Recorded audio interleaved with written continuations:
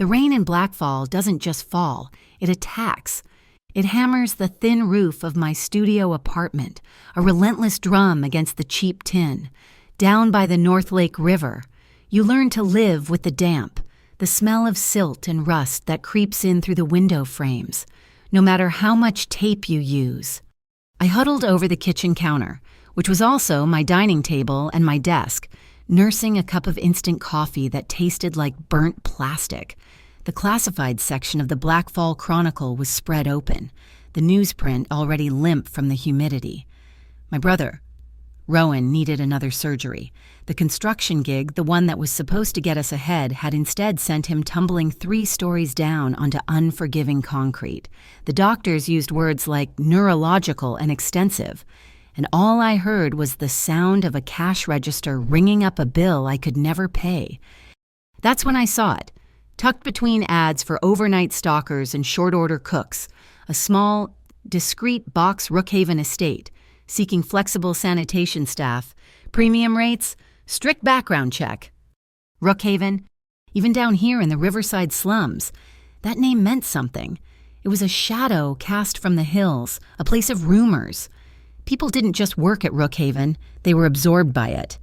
The estate belonged to Damien Rourke, a name whispered in loading docks and back alleys, a name synonymous with power, the kind that didn't need to advertise. They said he owned half the Iron Bridge district, the half that mattered, the half that moved things in the dead of night.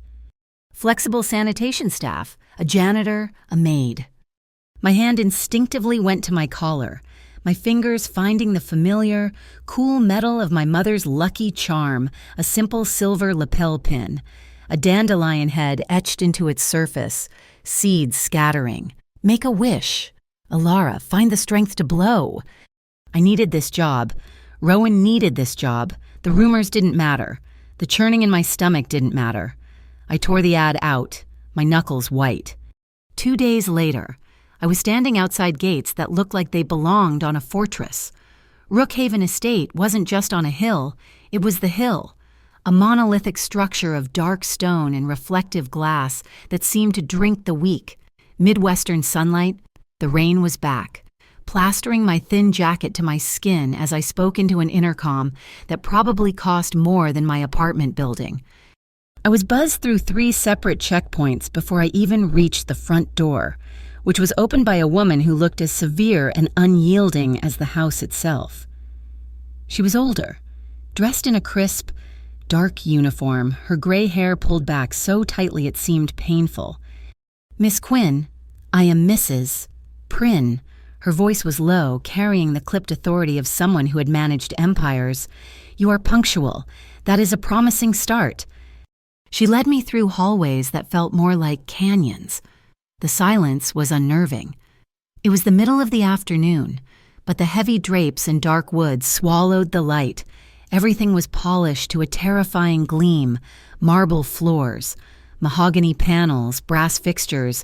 It smelled of old money, beeswax, and something metallic I couldn't place. "Your interview is for a night shift custodial position," she said, not looking back. "You will be assigned to the East Wing, public areas, offices, the kitchens. You will not, under any circumstances, enter the West Wing.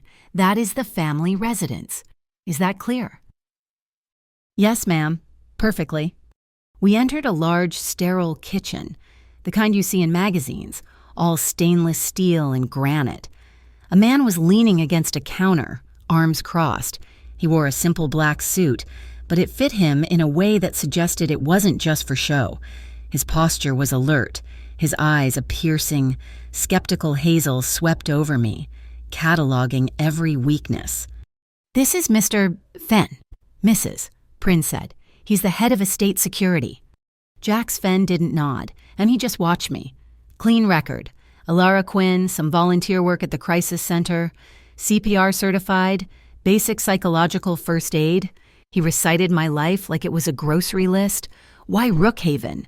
You don't strike me as someone who enjoys cleaning up other people's messes." The unspoken question hung in the air. What are you really after? "My brother needs medical care. Mr. Fenn, expensive care. I'm here for the premium rates. I'm a hard worker, I'm quiet, and I keep my head down." His gaze lingered, assessing. "This isn't a normal house. Miss Quinn, the hours are long. The standards are absolute." "I understand," I said, meeting his stare. "Mrs. Prin sighed, a sound like dry leaves skittering. She looked exhausted, rubbing the bridge of her nose.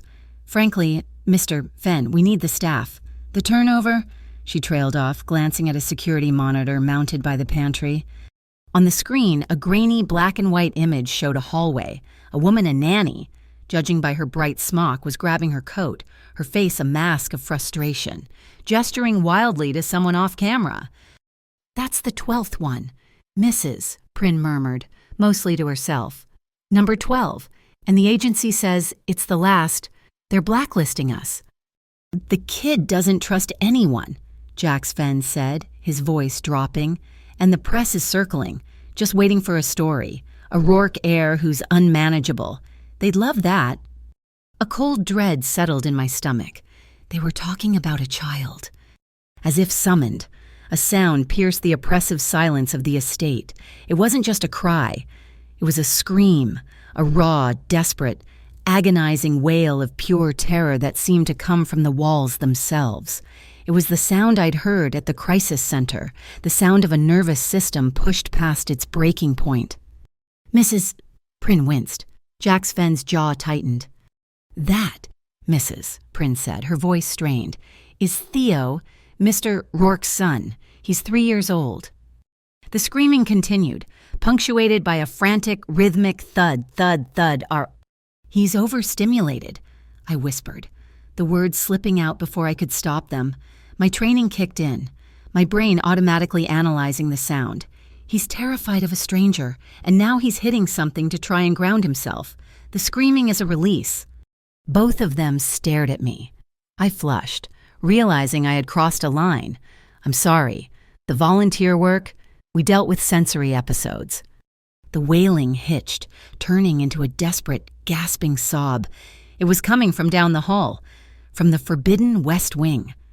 "He won't eat," Mrs. Prin said, her professional facade cracking, revealing a deep, weary sadness. "He hasn't slept properly in days. Every therapist, every specialist, every nanny, they all fail. A simple touch makes him panic. And Mr. Rourke—" She stopped, pressing her lips together. "The master of the house was a subject you didn't elaborate on." I learned later what she couldn't say. That in his study, Damien Rourke was staring at spreadsheets of failure. His son was wasting away, and his empire was under attack. His top advisor, a sharp woman named Maya Corin, was reporting that the Bureau of Citywide Integrity was sniffing around his charity funds. At the same time, a rival outfit, the Sarto Syndicate, was hijacking his nighttime transport routes, the ones the North Lake Maritime Commission was supposed to be overseeing.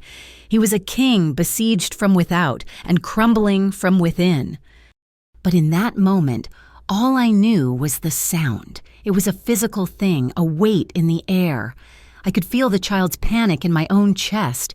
Without thinking, I found myself walking toward the sound, drawn by an instinct I couldn't name. "Miss Quinn, Mrs." Prin snapped, but her voice lacked its earlier conviction. I stopped at the entrance to the main hall, a vast, shadowy space that separated the east and west wings. The crying was clearer here, echoing off the marble. I could hear the child's breathing. It was too fast, shallow and ragged. Hypoventilation. My fingers found the pin on my collar again. I closed my eyes, just for a second, and focused on the sound. My old instructor's voice came back to me. "You can't stop the panic. Alara, you have to meet it. Give it a pattern." My fingers started to tap, almost imperceptibly, against my leg, a slow, steady rhythm. Inhale, 2, 3, 4. Hold 2, 3, 4. Exhale, 2, 3, 4. Pause, 2, 3, 4. A simple box-breathing cadence. I tapped it out, focusing all my intention on that closed door down the hall, trying to send a signal of calm through the sheer force of will. The wailing didn't stop, but the pitch changed, the frantic edge softened, just a fraction. He was listening. The West Wing is off limits to new staff." The voice came from the shadows behind me. It was deep, controlled, and colder than the rain outside. I spun around. He was darkness solidified. Damien Rourke. He hadn't walked up. He had simply appeared in the arched doorway. He was taller than I'd expected, dressed in a perfectly tailored dark suit that made him seem less like a man and more like a feature of the house itself. His hair was black. His face was sharp angles and shadows, but his eyes, they were the most arresting thing. A pale, glacial gray, and they were fixed on me with an intensity that pinned me to the spot. He took a step forward, and the light from a distant chandelier caught the hard lines of his face. He looked like a man who hadn't slept in a week, haunted and sharp, running on pure, uncut will. He was stressed, not just as a businessman, but as a father. I recognized the signs, the tension in his jaw, the hollows under his eyes, the almost invisible tremor in his hand as he clenched it at his side. He looked from me to the closed door of the West Wing, his gaze narrowing. The crying from behind the door was already ramping back up, the brief lull broken by his presence. I heard the crying," I stammered, feeling ridiculous. "I'm Alara Quinn. I'm here for the custodial interview." Damien Rourke looked at me, his gray eyes sweeping over my damp jacket, my worn-out shoes, and my mother's silver pin.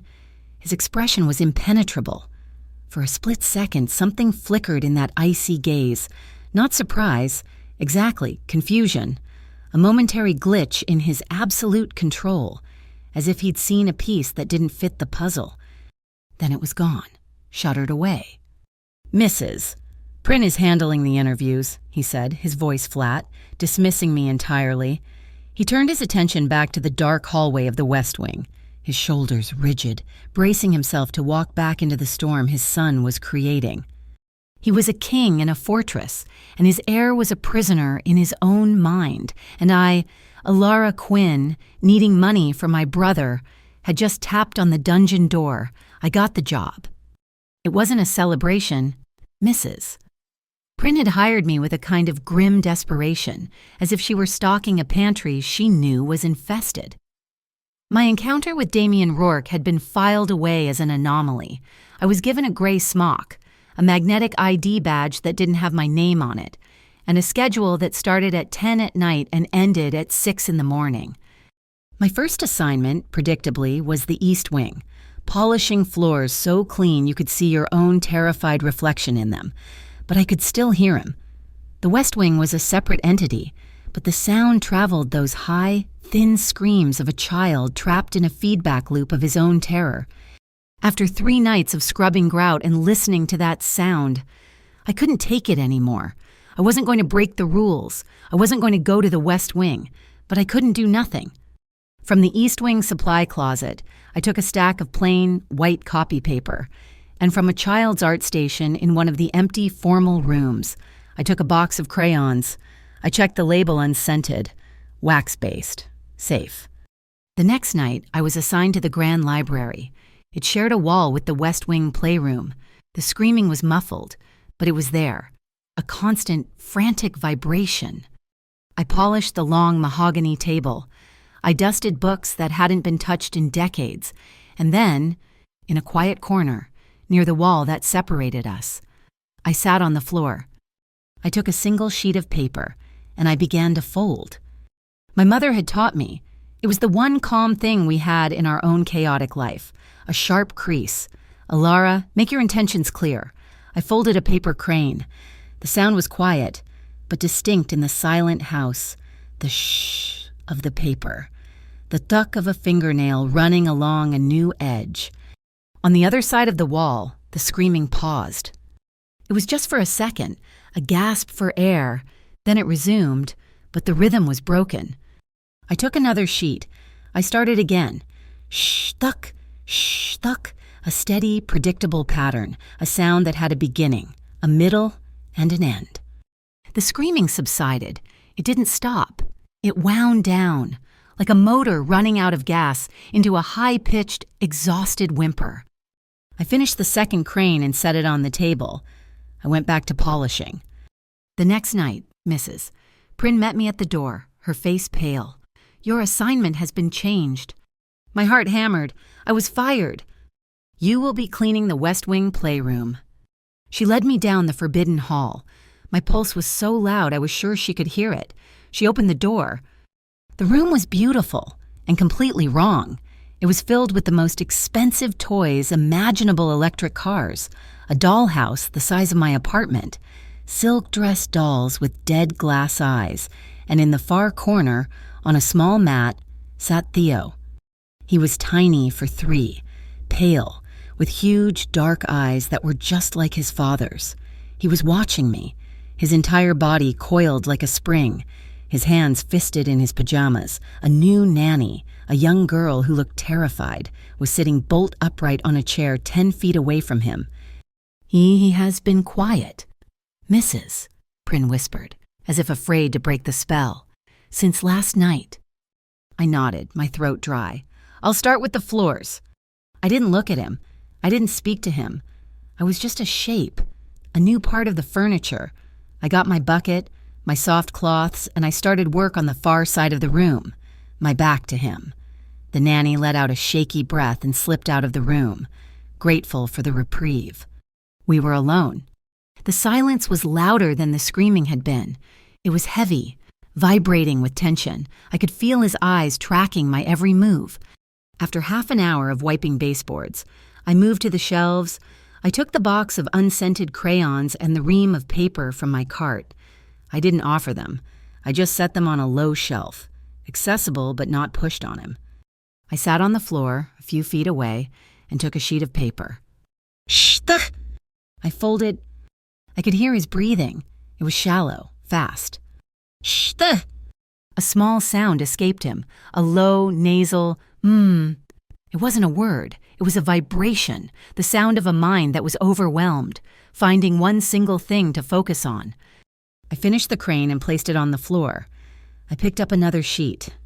"Shh!" The sound of his breathing deepened. It slowed down, matching the rhythm of my hands. Inhale, crease. Exhale, fold. I folded 3 more cranes, lining them up in a row. I never looked at him. I just focused on the paper, pouring all my concentration into the simple, steady movements.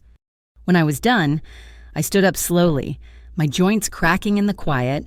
I turned to go back to my cleaning cart. He was right behind me. I froze. He had crawled across the thick rug, silent as smoke. He was on his hands and knees, staring up at me, his dark eyes wide and assessing. He wasn't coiled in terror, he was curious.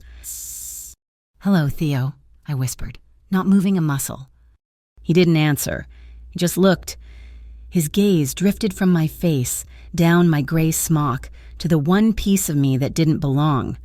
My mother's silver dandelion pin, clipped to my collar. Slowly, his small, damp hand lifted. He reached out, his fingers uncurling. He wasn't reaching for me. He was reaching for the pin. His fingertip, impossibly soft, brushed the cold metal. It was the first gentle human contact he had initiated in months. I stayed perfectly still. I just breathed. In, 2, 3, 4. Hold, 2, 3, 4. He looked back at my face. He saw me. And in that moment, I wasn't a threat. I was just A-Ra, the person who made the paper sounds. He leaned forward, a clumsy, impulsive movement. He pressed his wet, open mouth against my cheek in a quick, chaste peck. Then, as if startled by his own bravery, he scrambled backward, picked up one of the paper cranes, and scurried back to his corner, his eyes never leaving me. My hand rose to my cheek. It was wet. A small sound, a sharp intake of breath, came from the doorway. Mrs.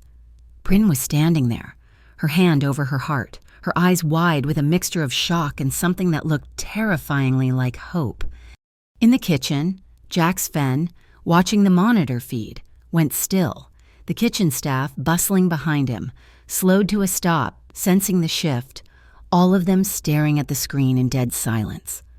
And in his dark, cedar-paneled study, Damien Rourke, watching the same feed, stood up so abruptly his chair nearly toppled over. He stared at the grainy image of his son, the child who recoiled from all human touch, willingly, instinctively, kissing the new night cleaner, his world, for a moment, tilted on its axis. "Mrs."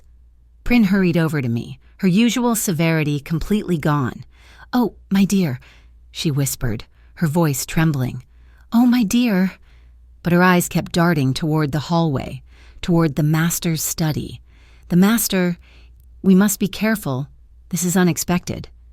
She was afraid of this, afraid of a good thing, because it changed the rules. Jack Sven's voice crackled over her walkie-talkie, sharp and official. "Prin, bring the new hire to the kitchen, now." When we arrived, Jax was waiting, and he was studying my file on a tablet, and he didn't look pleased, and he looked suspicious. "Run her background again," he said to an invisible subordinate. "Full financial. Check the brother's medical file. I want to know every doctor he's seen in the last 6 months." He looked at me. "Mister, Rourke has authorized an extension of your hours, effective immediately, full-time with benefits, and a wage increase of 30%. I blinked, the numbers scrambling in my head, that was enough for Rowan. That was enough.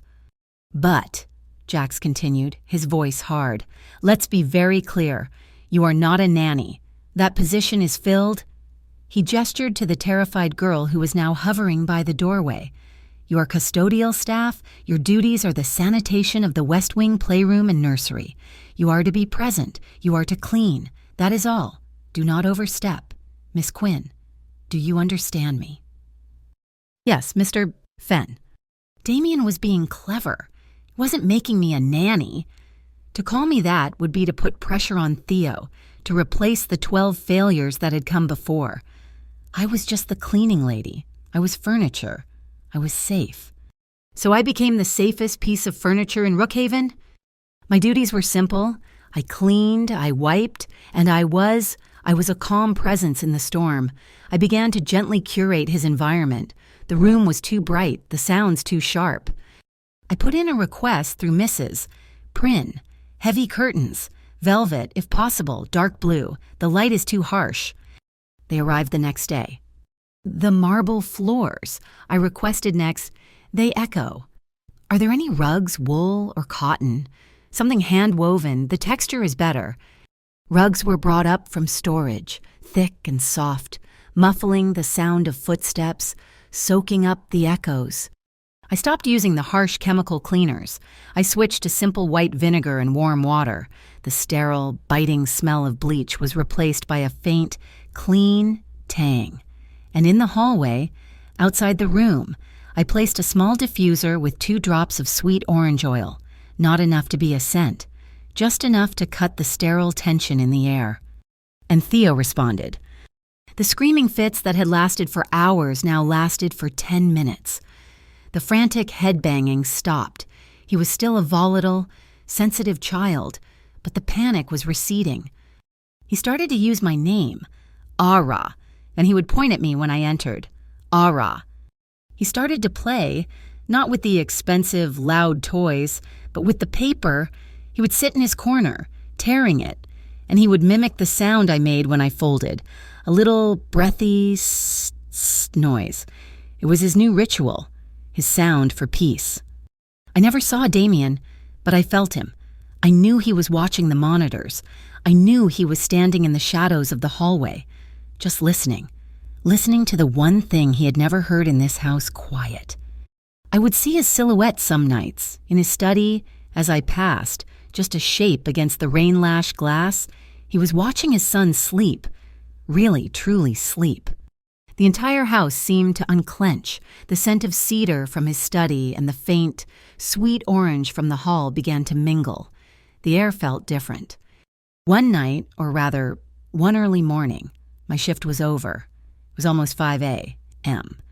The rain had finally stopped, and the first weak light of a black fall dawn was painting the sky gray. Theo was asleep in his bedroom. The door cracked open. I had cleaned the playroom, folded a small family of paper cranes, and left them on his playmat.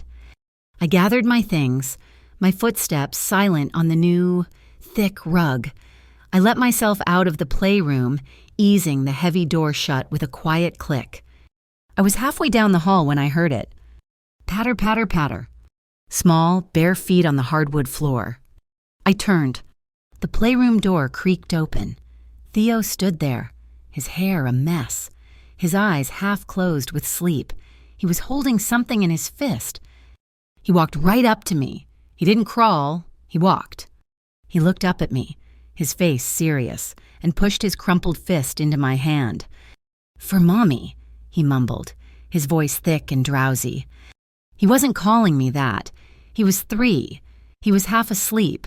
He was associating the comfort, the paper cranes, the quiet, with the only word he knew for it. I opened my hand. It was a paper crane, a tiny, crumpled, clumsy one he had tried to fold himself. I heard a sound in the darkness at the end of the hall, by the stairs. Damien Rourke was standing there. He'd probably been on his way to his own bed. He was frozen, his hand on the banister. The word hung in the air between us, echoing louder than any scream. "Mommy!" He didn't look at me. He just stared at his son, his face pale, his composure shattered. He looked like a man who had just been shot, the wind knocked out of him, utterly, completely, and silently undone. The piece I had built was a thin sheet of ice over a raging river, and in the 3rd week of my employment, the ice began to crack. The quiet I had curated for Theo was real, but it was contained within the walls of the nursery. Outside that room, the house was contracting, pulling in on itself with a new, sharp-edged anxiety. Damien Rourke was a ghost. I no longer saw him watching from the shadows. He was locked away in his study for hours, sometimes days, at a time. The few times I did see him, he looked ravaged, his glacial control worn thin, the shadows under his eyes darker than the Blackfall River at midnight. The house's silence was no longer calm. It was the held breath before a scream. The kitchen staff whispered. They talked about the nighttime transport, about shipments from the docks just vanishing. No violence, no noise, just gone. They talked about Kellen Sardo, a name that made them cross themselves, and how he was making a play for the North Lake routes. I kept my head down. I cleaned, I folded my cranes, I focused on Theo. He was thriving in our bubble. He was speaking more short, 2-word sentences. Ara, paper, bear sing, no light. He was learning to name his world, and in doing so, learning to control it.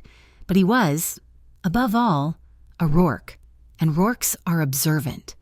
I was in his bedroom, just before dawn, changing the sheets on his small bed. He was asleep, his breathing finally deep and even. Under his pillow, tucked away like a secret, I felt a small, hard-cornered book.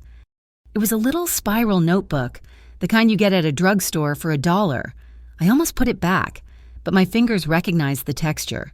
It wasn't just a book. I opened it. It wasn't a child's scribbles. It was a map.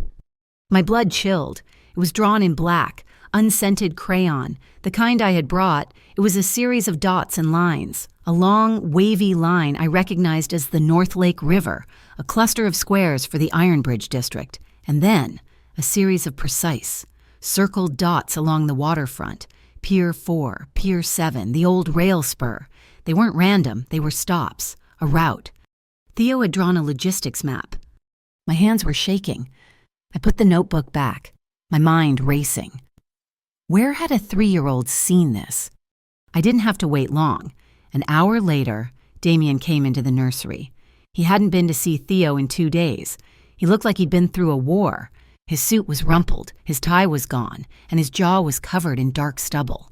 He just stood in the doorway, watching his son, who was quietly lining up paper cranes on the rug. "Theo," he said. His voice was rough. "Sandpaper on steel?"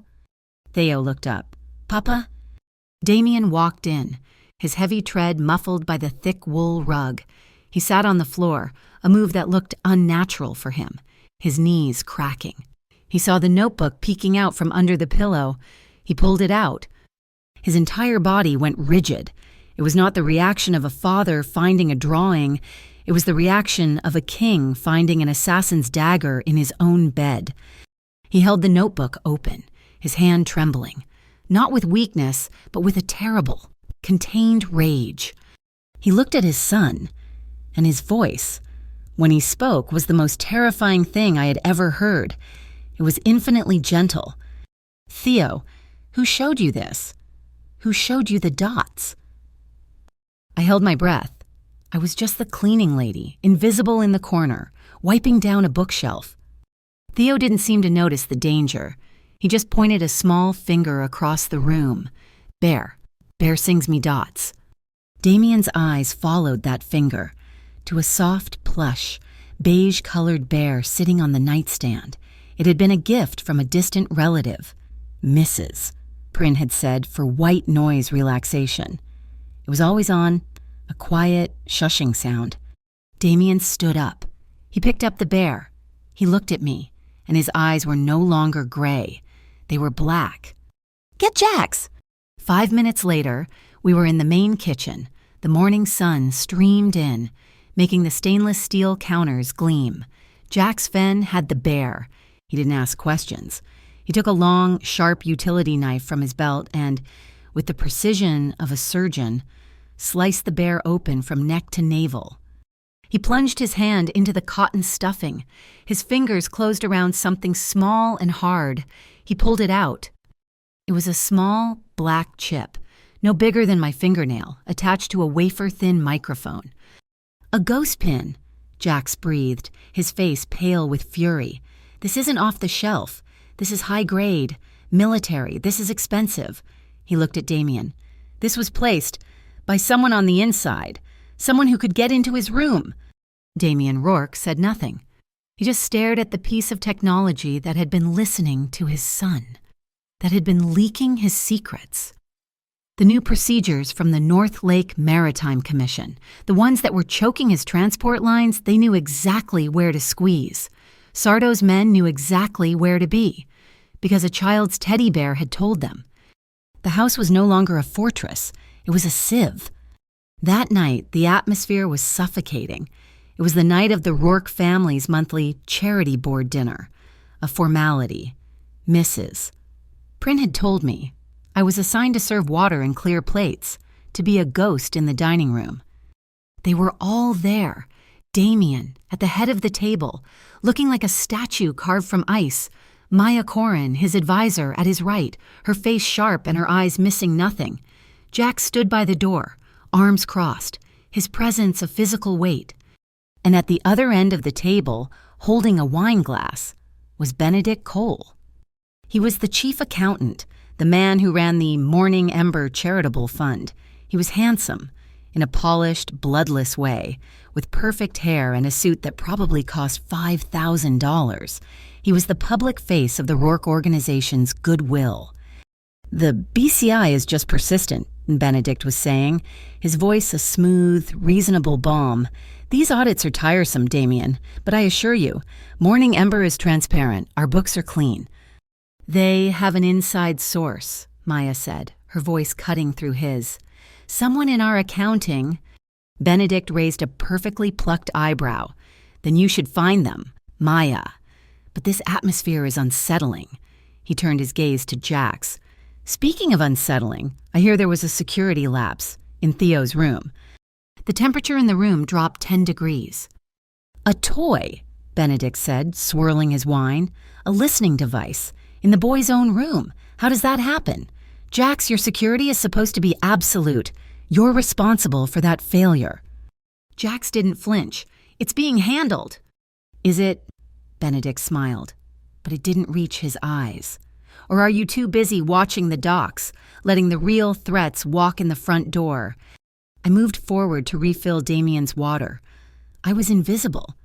And because I was invisible, I saw everything. I saw Benedict's left eyelid twitch. Just once. A tiny, fractional spasm. When Maya said BCI audit, I saw Mrs. Prin, who was holding a tray of bread, deliberately angle her body away from Benedict. She wouldn't look at him. Not once. Her hands, holding the silver tray, were shaking so hard the bread was rattling. She wasn't afraid of Damien. She was terrified of the accountant. Damien placed his fork down. The click of metal on porcelain was as loud as a gunshot. "Jax," he said, his voice lethally quiet. "Lock down all digital assets. I want a full audit of every transaction Benedict has made for the last year. Maya, I want a decoy, a super profit shipment, something our leech can't possibly resist. We are going to bleed him out." The dinner ended.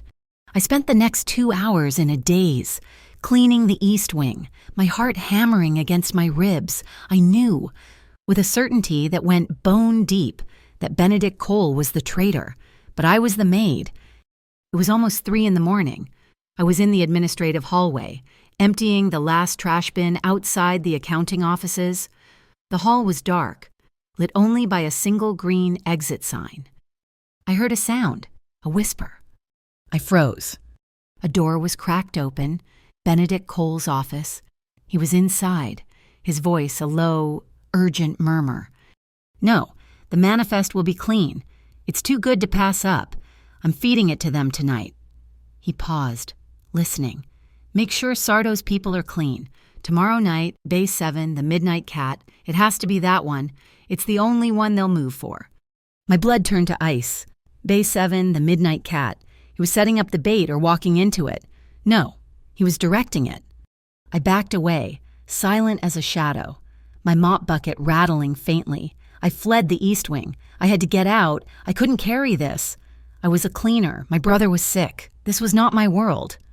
I was in the grand hallway, the one that separated the 2 wings, my hand on the handle of the service door. I was running.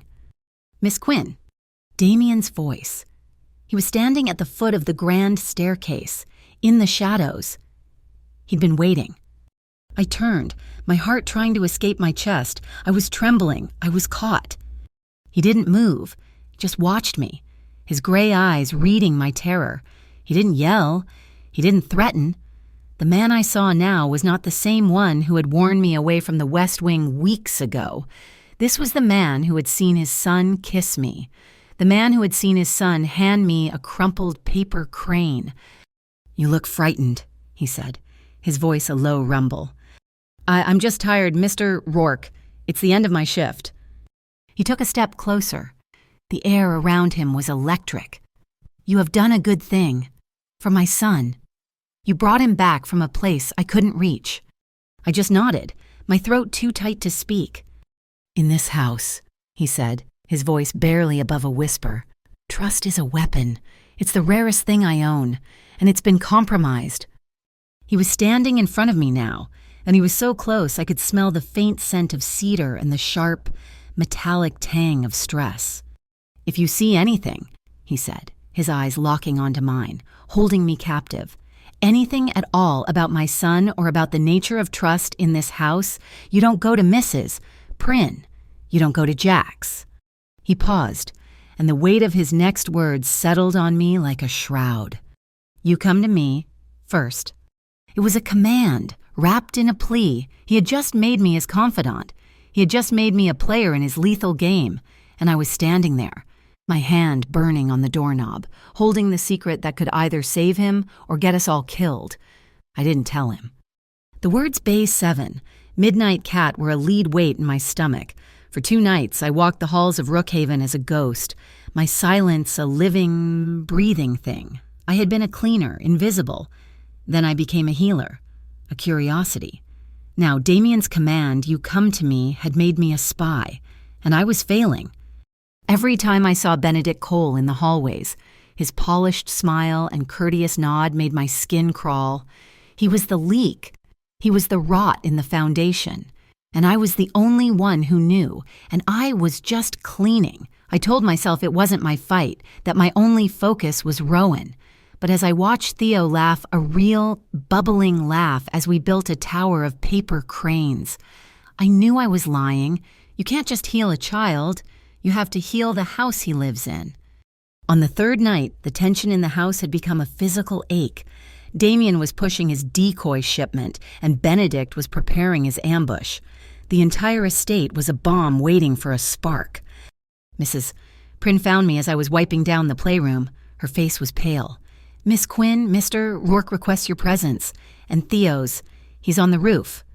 The roof wasn't a roof. It was a world, a massive glass atrium, a greenhouse built against the harsh Midwestern sky. The air inside was warm, thick, and humid, smelling of damp earth and blooming jasmine. The rain hammered against the glass panes above, a roaring drum, but in here, it was peaceful. And it was filled with olive trees, dozens of them in huge terracotta pots. Damien was standing by the largest one, not in a suit, but in a simple black Henley and dark pants. He looked younger and somehow more dangerous. "Theo is afraid of the rain," he said, his voice quiet, almost lost in the sound. "I thought he might like to see it from a safe place." Theo, holding my hand, stared at the glass ceiling, his eyes wide, not with fear, but with wonder. "They're olive trees," I said, touching a silver-green leaf. "My grandfather planted the first one," Damien said. He ran a hand over the rough bark, a promise of peace, an idea I found difficult to maintain. He watched as Theo, growing brave, let go of my hand and toddled over to a small, brightly colored watering can. He picked it up, mimicking the gardeners he must have seen. "I teach him to count with the watering," I found myself explaining. I guided Theo to a smaller tree. "Okay, buddy, let's count. 1, 2, 3. Theo tipped the can, a tiny stream of water darkening the soil. "Tree," he whispered, proud. I looked up and met Damien's gaze. He was watching us, his expression unguarded, and it was devastating. It was a raw, aching loneliness. He wasn't the kingpin, he wasn't the master. He was just a man, watching a simple, domestic moment. A picture of a family he had never thought he could be a part of. He looked away quickly, as if I'd caught him in a crime. Just then, a train whistle shrieked from the Iron Bridge district far below. It cut through the atrium, a blade of sound. Theo dropped the can, his small body locking up. His hands flew to his ears, his face crumpling. It was the prelude, the sharp intake of breath before the sensory storm. I should take him," Damien started, his old helplessness returning, his hands fisting at his sides. "No," I said, not sharply, but firmly. I knelt, getting on Theo's level. "Hey, Theo, look at me. It's just a sound. We're safe." His eyes were squeezed shut, his breath hitching. "We're going to build a box. Remember, right here." I put my hand on his small back. In 2, 3, 4. Hold 2, 3, 4. Exhale 2, 3, 4. Pause 2, 3, 4. He was still trembling, but his lungs tried to obey. I felt a sudden warmth, a presence at my other side. Damien had knelt, his expensive pants pressing into the damp soil. He mirrored my action, placing his large, tense hand on Theo's other shoulder. In 2, 3, 4, he rumbled, his voice low and uncertain, finding my rhythm. Hold, son, 2, 3, 4. We were a circle, all three of us, breathing in unison. As Theo's frantic trembling began to subside, Damien's arm moved. It didn't just stay on Theo. It came around both of us, pulling us in, a desperate anchoring gesture. He wasn't just comforting his son. He was holding on to us like we were the only solid things in a collapsing world. The rain hammered the glass, the smell of damp earth, jasmine, and the sharp, clean scent of him, cedar and ozone, filled my lungs. My cheek was pressed against the rough fabric of his shirt. I could feel his heart hammering against my shoulder, a frantic, powerful rhythm that slowly began to match our breathing. We stayed like that for a long time, long after Theo's breathing had evened out and his head had drooped, asleep, against my chest. Finally, Damien let go, his arm sliding away, but his hand lingered on my shoulder, his skin warm. He looked wrecked. "How?" His voice was rough. "How do you always know what to do?" I stayed on the floor, holding his sleeping son. "My brother, Rowan, I told you he fell." The words came tumbling out, the story I'd kept locked away. It was a non-union job, bad scaffolding. He fell 3 stories. It wasn't just broken bones, it was his spine, nerve damage. The doctors, they use words I can't understand. He has panic attacks now. Bad ones, the sound of a truck braking, a dish dropping, it sends him right back to the fall. I learned to be his anchor. I learned to build the box. I looked at him, the truth bare between us. That's why I'm here. Mr. Rourke. That's why I took the job. He needs a neurosurgery that costs more than I'll make in 10 years. He went rigid, the warmth disappearing, the master snapping back into place. Which hospital? St. Jude's, downtown. I'll make a call, he said, standing up, pulling his phone out. I'll have the best specialist from the East Coast flown in. He'll be in surgery by the end of the week. It will be handled. Handled like a problem, like a shipment, like a traitor. I stood up slowly, cradling Theo. My stomach turned. This was it, the golden cage. No. He froze, his phone halfway to his ear. What? No, I said again, my voice stronger. Thank you, but I can't accept that. He looked at me as if I'd grown a second head. I am offering to save your brother's life. This is not a request. And I am respectfully declining, I said, my heart hammering. You're offering a favor, Mr. Rourke, an unclear transaction. And in this house, I've seen what favors cost. I can't be in your debt. Not like that. I needed to stand on my own. If I was bought, I was just another one of his possessions. If I was bought, I had no right to judge Benedict. I will earn the money. For Rowan, the right way. I had expected rage. I had expected him to fire me. Instead, he just stared. He stared at me for a full minute, his gray eyes searching my face, seeing something he couldn't categorize. Finally, he nodded.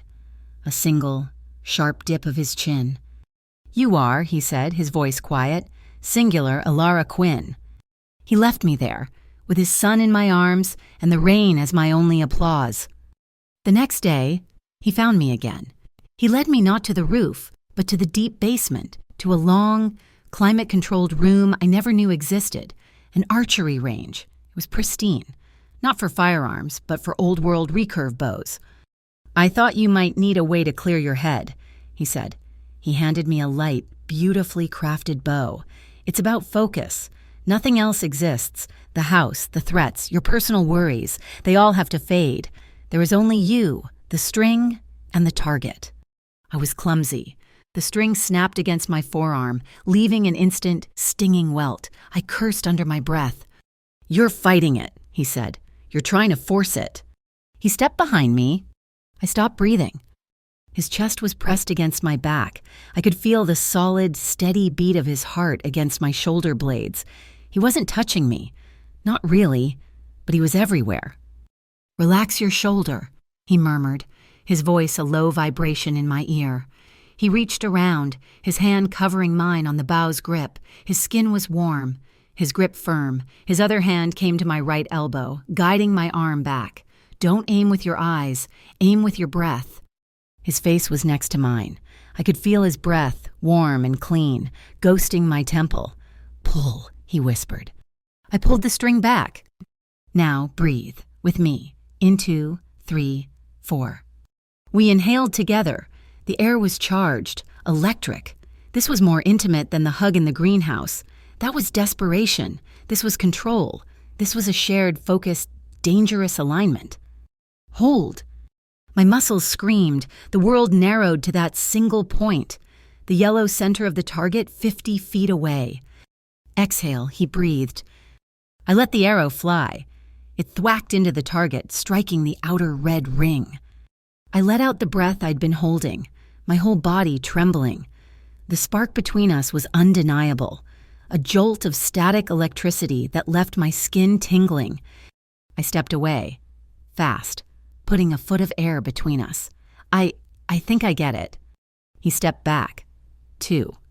Clearing his throat. The boundary was respected, but we both knew we had just burned it to the ground. You're a fast learner, he said, his voice a fraction rougher than before. That night, as I was leaving my shift, my head spinning from the archery and the memory of his breath on my skin, Mrs. Prin stopped me. She pressed something cold and heavy into my palm. It was an antique silver pocket watch, ornate. the cover engraved with a single, delicate rose. "This was hers," Mrs. Prynne whispered, her eyes shining. "The late Mrs. Rourke. She always said this house was a beautiful, perfect machine, a clock without a heartbeat." She closed my fingers over the watch. "You. My dear, you're making this place have a heartbeat again." I went home to my cold, single-room apartment. I held the watch in one hand and my mother's dandelion pin in the other. I couldn't be his charity case, but I couldn't let Benedict destroy the man who was learning to breathe with his son. I had to tell him about the midnight cat. I sat down and wrote a note. Just for myself, on the back of a grocery receipt. Trust isn't being blind. It's knowing all the risks and choosing to stay anyway. I went back to Rookhaven that evening, my resolve set. I would tell him. I went straight to the greenhouse, the one place that felt like ours.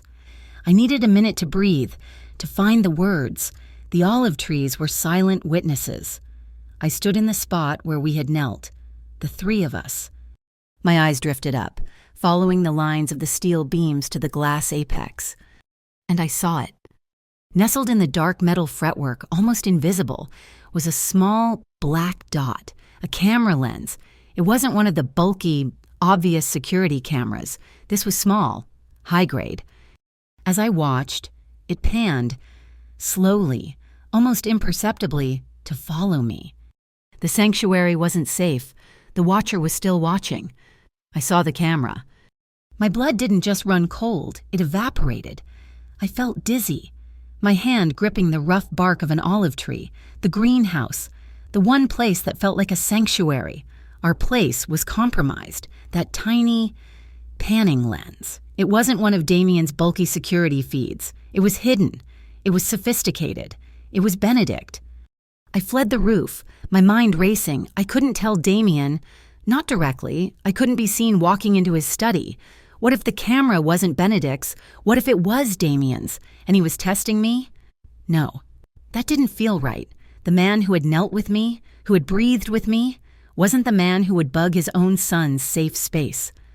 I had to get the information to him. Midnight cat, Bay 7. I went to the playroom. Theo was asleep. I found the crane he had given me, the one he'd crumpled in his fist. For Mommy, my hands were shaking. I smoothed it out and, using one of his unscented black crayons, I wrote the words on the paper wing, Midnight cat, Bay 7. I took out my cheap, prepaid phone. I took a picture of the crane. My fingers were slick with nervous sweat as I sent the image to the only number I had for this house, Mrs. Prynne's. I added a simple message. Please show this to Mr. Rourke immediately. It is about the leak. He will understand. Trust me. I pressed send. My heart was a trapped bird. I had just picked a side. The next 24 hours were a silent, screaming hell. The house was humming with a terrible, repressed energy. Damien was gone. Jax was gone. Maya Corin was a blur of sharp suits and clicking heels. Her face grim. The decoy shipment, the medical components, was in play. I was on shift, but I wasn't cleaning. I was a guardian. I was in the playroom with Theo, and I had locked the door outside. The storm that had been threatening for days finally broke over Blackfall. This wasn't a drizzle. It was a biblical deluge, the wind howling like a living thing, the rain hitting the reinforced windows like handfuls of gravel. I didn't know what was happening at the docks. I didn't know that Sarto's men, disguised with fake relief effort patches, had shown up 2 hours early. I didn't know that the North Lake Maritime Commission had waved them through, a blatant act of complicity. I didn't know that Damien and Jax, hidden in the shadows, were watching it all unfold. All I knew was the tension and the storm. At 2:17 in the morning, the lights in the playroom flickered, they buzzed, went out, and then snapped back on. Theo looked up from his blocks, his eyes wide. Then the lights went out for good. A sudden, suffocating blackness. The house was dead. The emergency generators kicked in a second later, but they only lit the main hallways, casting a dim, hellish red glow. The humming of the servers, the air filtration, the security grid all silent. Theo didn't whimper. He screamed. It was the old sound. The sound of pure, sensory terror. The dark, the silence, the sudden change. "I've got you," I said, my voice shaking as I scooped him out of the dark. "I've got you. We're okay. It's just the storm." I ran to the door, fumbling with the lock. I ripped it open and ran into the red-lit hallway. Mrs. Prin met me at the landing, her face a white mask in the emergency light. She was holding a heavy flashlight. "The main power is cut," she said, her voice trembling. "The phone lines are dead. The whole grid is down." "The quiet room," I said, my mind racing. "The one in the basement, the one lined with cork. It's soundproof. He'll be safe there." I had found it during my first week deep clean. We were halfway down the grand staircase when the noise started. A heavy, rhythmic boom, boom, boom. Someone was using a battering ram on the front doors. "Mrs. Prin stifled a scream.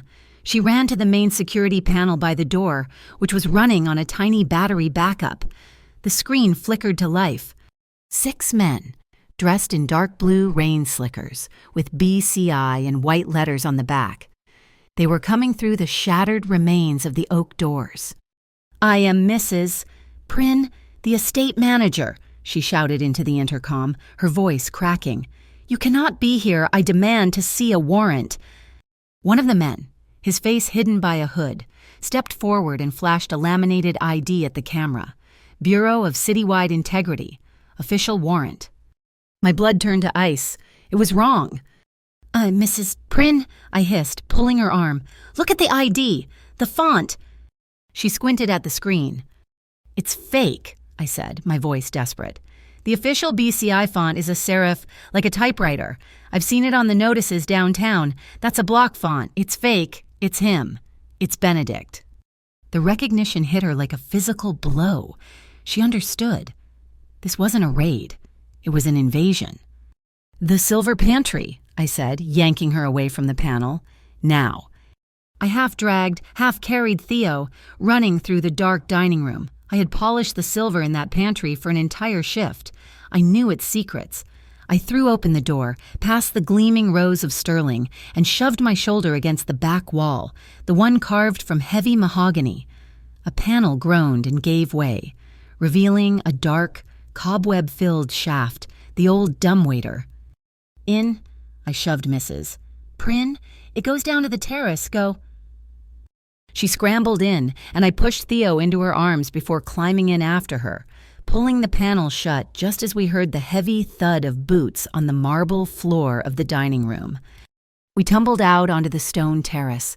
The storm hit us like a physical punch. The wind tore the breath from my lungs, and the rain was so thick I couldn't see 10 feet. "They're spreading out," a man's voice shouted from inside. Flashlight beams cut through the rain. They were fanning out, covering the grounds. "This way," I pulled Mrs. Prin, who was sobbing, toward the cover of the great dark trees. Theo was buried against my chest, his small body rigid with a silent terror. We ran. We slipped on wet grass and mud. A beam of light swung toward us. I shoved Mrs. Prin behind a statue. We were exposed. My eyes darted, searching for anything. The pergola, the heavy metal wind chimes Damien's mother had installed. They were clanging. A deep, chaotic bong clang in the wind. I grabbed a loose piece of gravel from the path and, with all my strength, hurled it at the chimes. It hit with a deafening gong. "Over there," a voice yelled. "By the pergola," I heard them. The flashlight beams swung away. It bought us 5 seconds. "Run!" I screamed over the wind, down the hill toward the lake. We scrambled down the muddy slope, clutching at roots and bushes. That's when I heard it. The sound of a car, tires screeching on the wet gravel of the main drive. A black sedan, Damien's car, slid to a stop. He was back. He must have left the docks. He got out, his face a mask of black rage, and saw the open pantry door. The trail of mud on the pristine stone. I've heard men shout in anger. I've heard them shout in pain. But I had never heard this. He didn't yell for security. He didn't yell for Jax. "Theo." It was a roar, torn from his soul, a sound of primal panic. He saw the open grounds, the men fanning out, and he thought his son had been taken. "We're here!" I shrieked, but the wind stole my voice. We were at the bottom of the hill, the boathouse. The long wooden dock stretched out into the black, churning water. We ran onto it, the waves splashing over our feet. We were trapped. End of the line, Ilara. The voice was calm, cultured. A bright flashlight beam blinded me. Benedict Cole stepped out from the shadows of the boathouse. His $5,000 suit was soaked, his perfect hair plastered to his skull. The mask of the polite accountant was gone, replaced by a look of bored annoyance. He held a small, black firearm, and he held it with confidence. "I have to admit, I'm impressed," he said, walking toward us. "You did what 12 nannies couldn't. You made the boy coherent. You made him valuable." He gestured with the weapon. "Give him to me." "No," I whispered, shielding Theo. "This isn't a negotiation," Benedict sneered. "I just need the leverage. Sarto's a brute, but he's predictable. I just need a little insurance." "Drop it, Benedict." Damien. He was at the top of the ramp, his own weapon raised, gleaming in the rain. He was breathing hard, his chest heaving. He was alone. Benedict just laughed, a high, thin sound that cut through the storm. "You failed, Damien. The plan was perfect, but your man Sarto got greedy. His professionals were too good. They got the decoy drive, but your man Jax got in the way, shrapnel from the container lock. And you had to choose." He took a step closer to me, his eyes glittering. "You chose the broken soldier over the prize. You let them get away. All that posturing, and you're still soft." "Let them go," Damien said, his voice a low growl, his weapon unwavering. "Oh, I don't think so," Benedict said. He pulled a small radio from his pocket. He clicked the button. A voice crackled through the speaker, thick with static and a heavy Northlake accent. It was Sarto. "Rourke, glad you could join us. Your man Jax is going to live. Unfortunate, but I have your accountant's little prize. He tells me it's not the real one, just a decoy." The radio crackled. Benedict smiled. "So, here's the deal, Rourke," Sarto's voice rasped. "You bring me the real storage drive, the one you keep in your father's safe. The boy for the drive. A simple trade." The wind on the dock was a living thing, trying to tear us apart. Sarto's voice, a metallic rasp over the radio, was an ultimatum. Benedict was laughing, his face a mask of triumph in the rain. "No," Damien said. The word was final, absolute. He would not trade his son. "Wrong answer, Damien," Benedict screamed over the wind, his voice high and cracking. "Sarto will just take him, or I will." He raised his firearm, and my blood froze. He wasn't aiming at Damien. He was aiming at me, and at the small boy I was shielding. "Wait!" I shouted. My voice was ripped away by the storm. I had to think. This wasn't just about money. I saw it at the dinner. Benedict was a man drowning in his own perceived inadequacy. He didn't want the prize. He wanted the win. He wanted the control. "What do you really want, Benedict?" I yelled, trying to make my voice cut through the deluge. "I want what's mine. I want the respect," he shrieked, agitated. "Sarto isn't giving you respect," I countered, taking a small, trembling step forward. "He's using you. You're the numbers guy. He'll take the drive and he will get rid of you. You know that. You're smarter than this." "Shut up, you're just the maid." "I am," I screamed, "and I know where the real vault is, not the one Sarto knows about, the old one, the one I found when I was cleaning the wine cellar." I was lying, praying he couldn't see it. "Let them go. I'll take you there. You'll have the one thing Damien Rourke can't protect. You'll have everything." He hesitated. His weapon wavered. He wanted to believe me.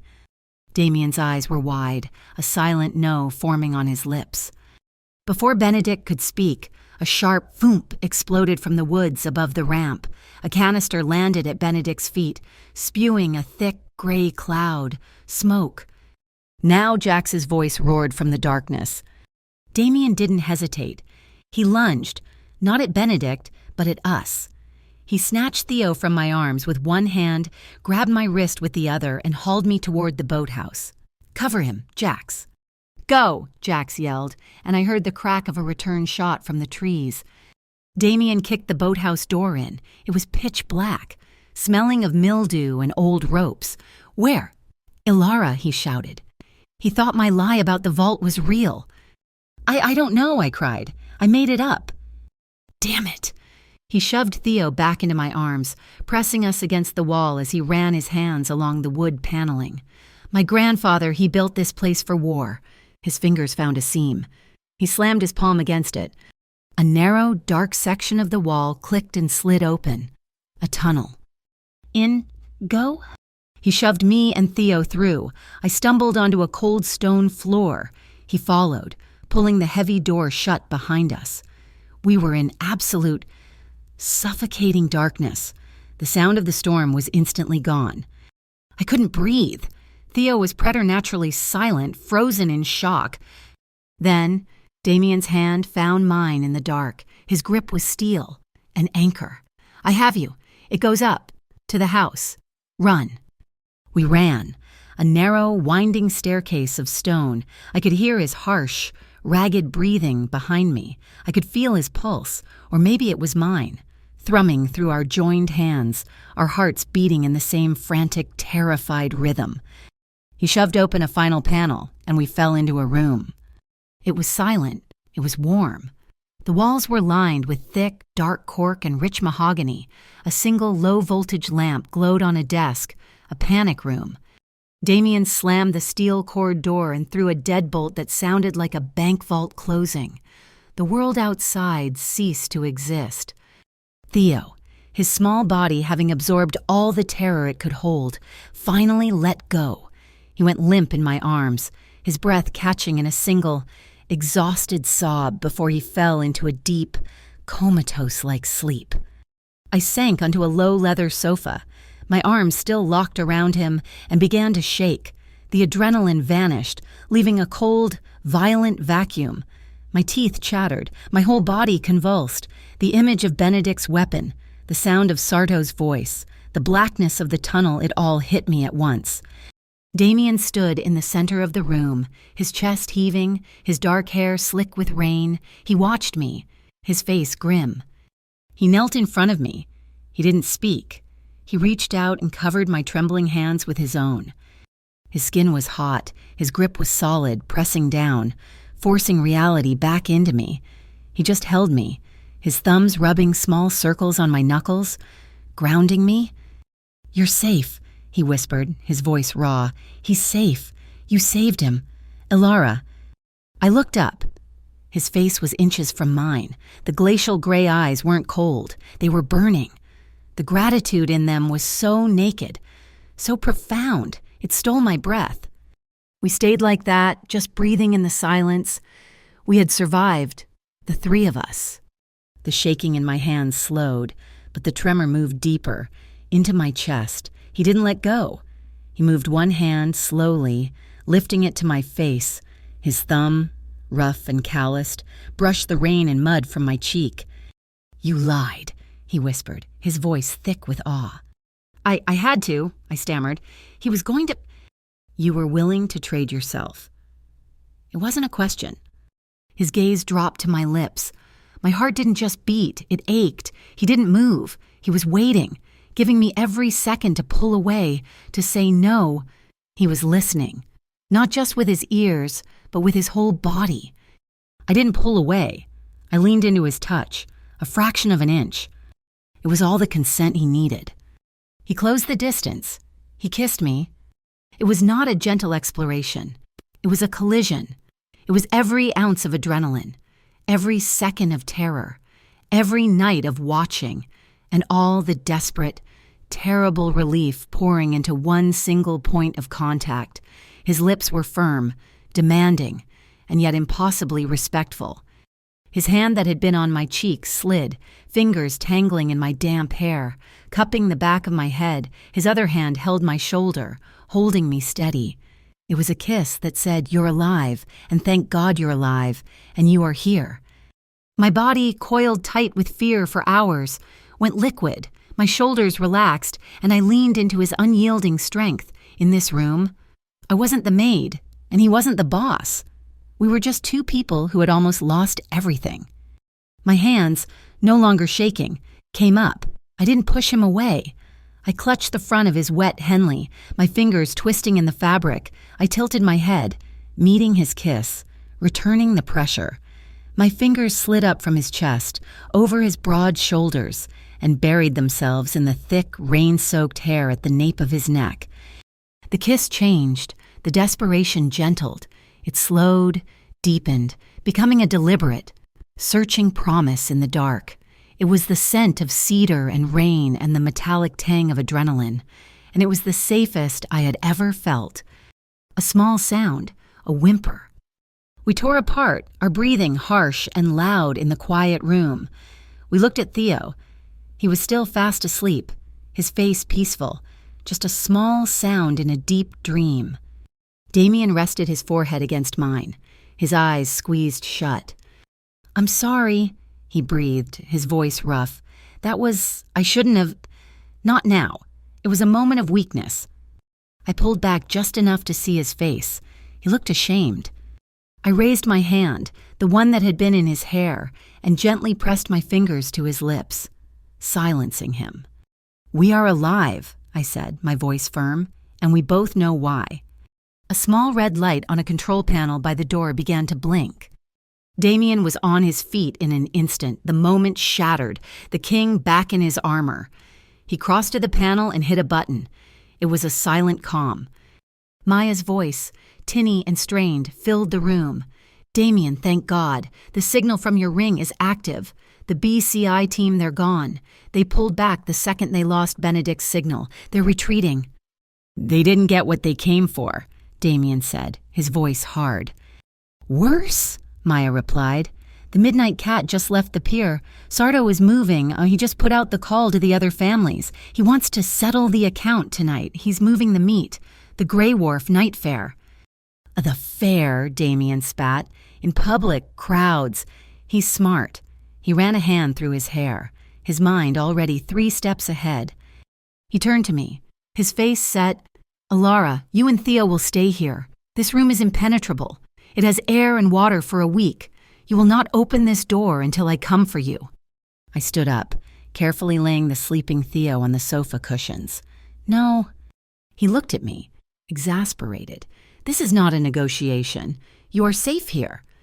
"For how long?" I argued, walking toward him. "Until Sardo or Benedict finds a way to cut through 6 inches of steel. You taught me about focus. You taught me about the target." I stopped in front of him. "The only way we are safe is when this is finished. I was there. I heard them. I'm a part of this. Finishing it fast, that is safety." He stared at me, his jaw working. He saw the same unbending resolve in my eyes that he saw in the mirror. He gave a single, sharp nod.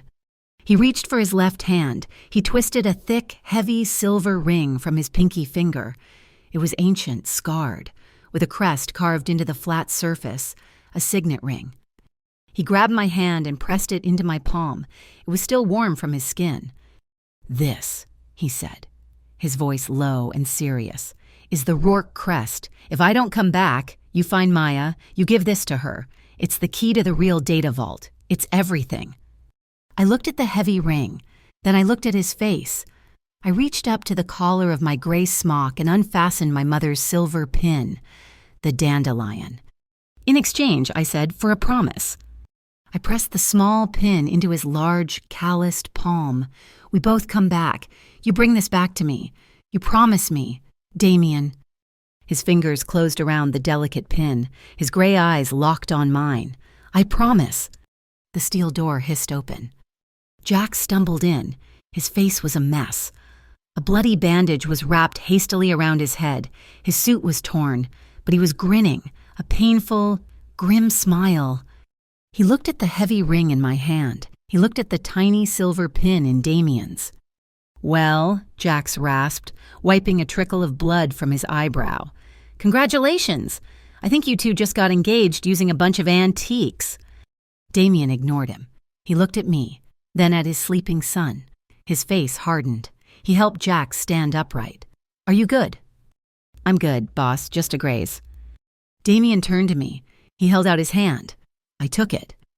He pulled the heavy steel door open.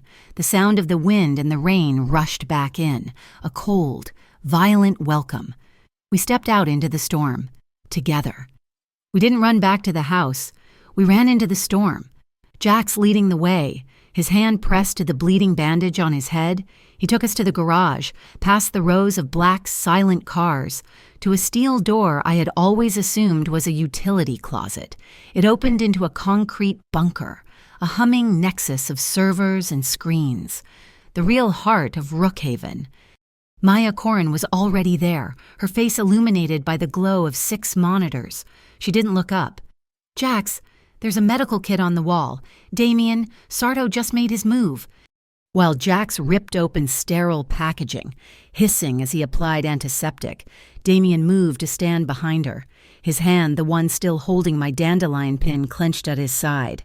I stayed in the doorway, holding Theo, who had burrowed into my neck, his small body a lead weight. "He's at the Grey Wharf Night Fair," Maya said, her fingers flying across a keyboard. She pointed to a grainy, live feed. "He's not just meeting us, he's throwing a party." On the screen, I saw the chaos of the fair neon lights, spinning rides, and a large, brightly lit stall on the main pier. "He's leveraging our own assets," Maya said, her voice dripping with clinical rage. "He's using the Morning Ember Fund, the charity account Benedict was supposed to be managing. He set up a gala donation event." She zoomed in on a banner hanging over the stall. My blood ran cold. It was a picture of the official city seal, the Morning Ember Fund, in partnership with the Bureau of Citywide Integrity. "The BCI is not sponsoring a dockside carnival," Damien stated, his voice flat. "Of course not," Maya said. "It's Benedict's masterpiece. He's created a perfect fiction. The BCI isn't raiding him, they're protecting him. He's hired a dozen actors, dressed them as agents. The commissioner, he's got greeting people. He's a third-string actor from the Blackfall Repertory Theater. Benedict is planning to auction the fake drive to Sarto in plain sight, wash the payoff as a charitable donation, and walk away clean, all under the protection of his own imaginary army." Damien was silent, absorbing the sheer audacity of the betrayal. I was watching the stall, watching the decorations. My heart, which I thought couldn't sink any lower, dropped into my stomach. "Damien," I whispered. He turned to me, his focus absolute. "The decorations," I said, my voice shaking. "Look at the stall. They're hanging from the rafters." He looked, and I saw his shoulders tense. They were paper cranes. Hundreds of them, strung up like Christmas lights, twisting in the damp river wind. They were white, blue, yellow, every color I had used in the nursery. The camera, the hidden lens in the greenhouse, the one in the playroom. Benedict hadn't just been watching for security codes or safe locations. He had been studying me. He had been studying Theo. He saw what calmed him. He saw the power of the paper, the rhythm of the folds. He wasn't just planning to take Theo as leverage. He was planning to manage him, to replace me, to use my own methods to soothe the child he was stealing. He was going to use them to keep him quiet, I stammered, horrified. Damien's face, when he turned from the screen, was no longer human. It was something carved from iron and vengeance. The violation went deeper than money, deeper than loyalty. Benedict had tried to steal his son's mind. "Maya," Damien said, his voice terrifyingly calm, "get me the Lake Meridian Task Force, the real ones." Maya looked up, shocked. "The LMT, Damien, if we bring them in, we expose everything, they'll gut us." "They want Sarto," Damien said. "They want the corruption on the North Lake Commission. Benedict just wrapped it all in a bow for them. We're going to leak the data. Everything on the fake BCI, the actor's name, the offshore accounts for Morning Ember. We're not just stopping Benedict. We're burning the entire nighttime operation to the ground, tonight." He looked at me. "This ends." Jax finished taping the bandage to his head. He came over, his face pale but his eyes clear.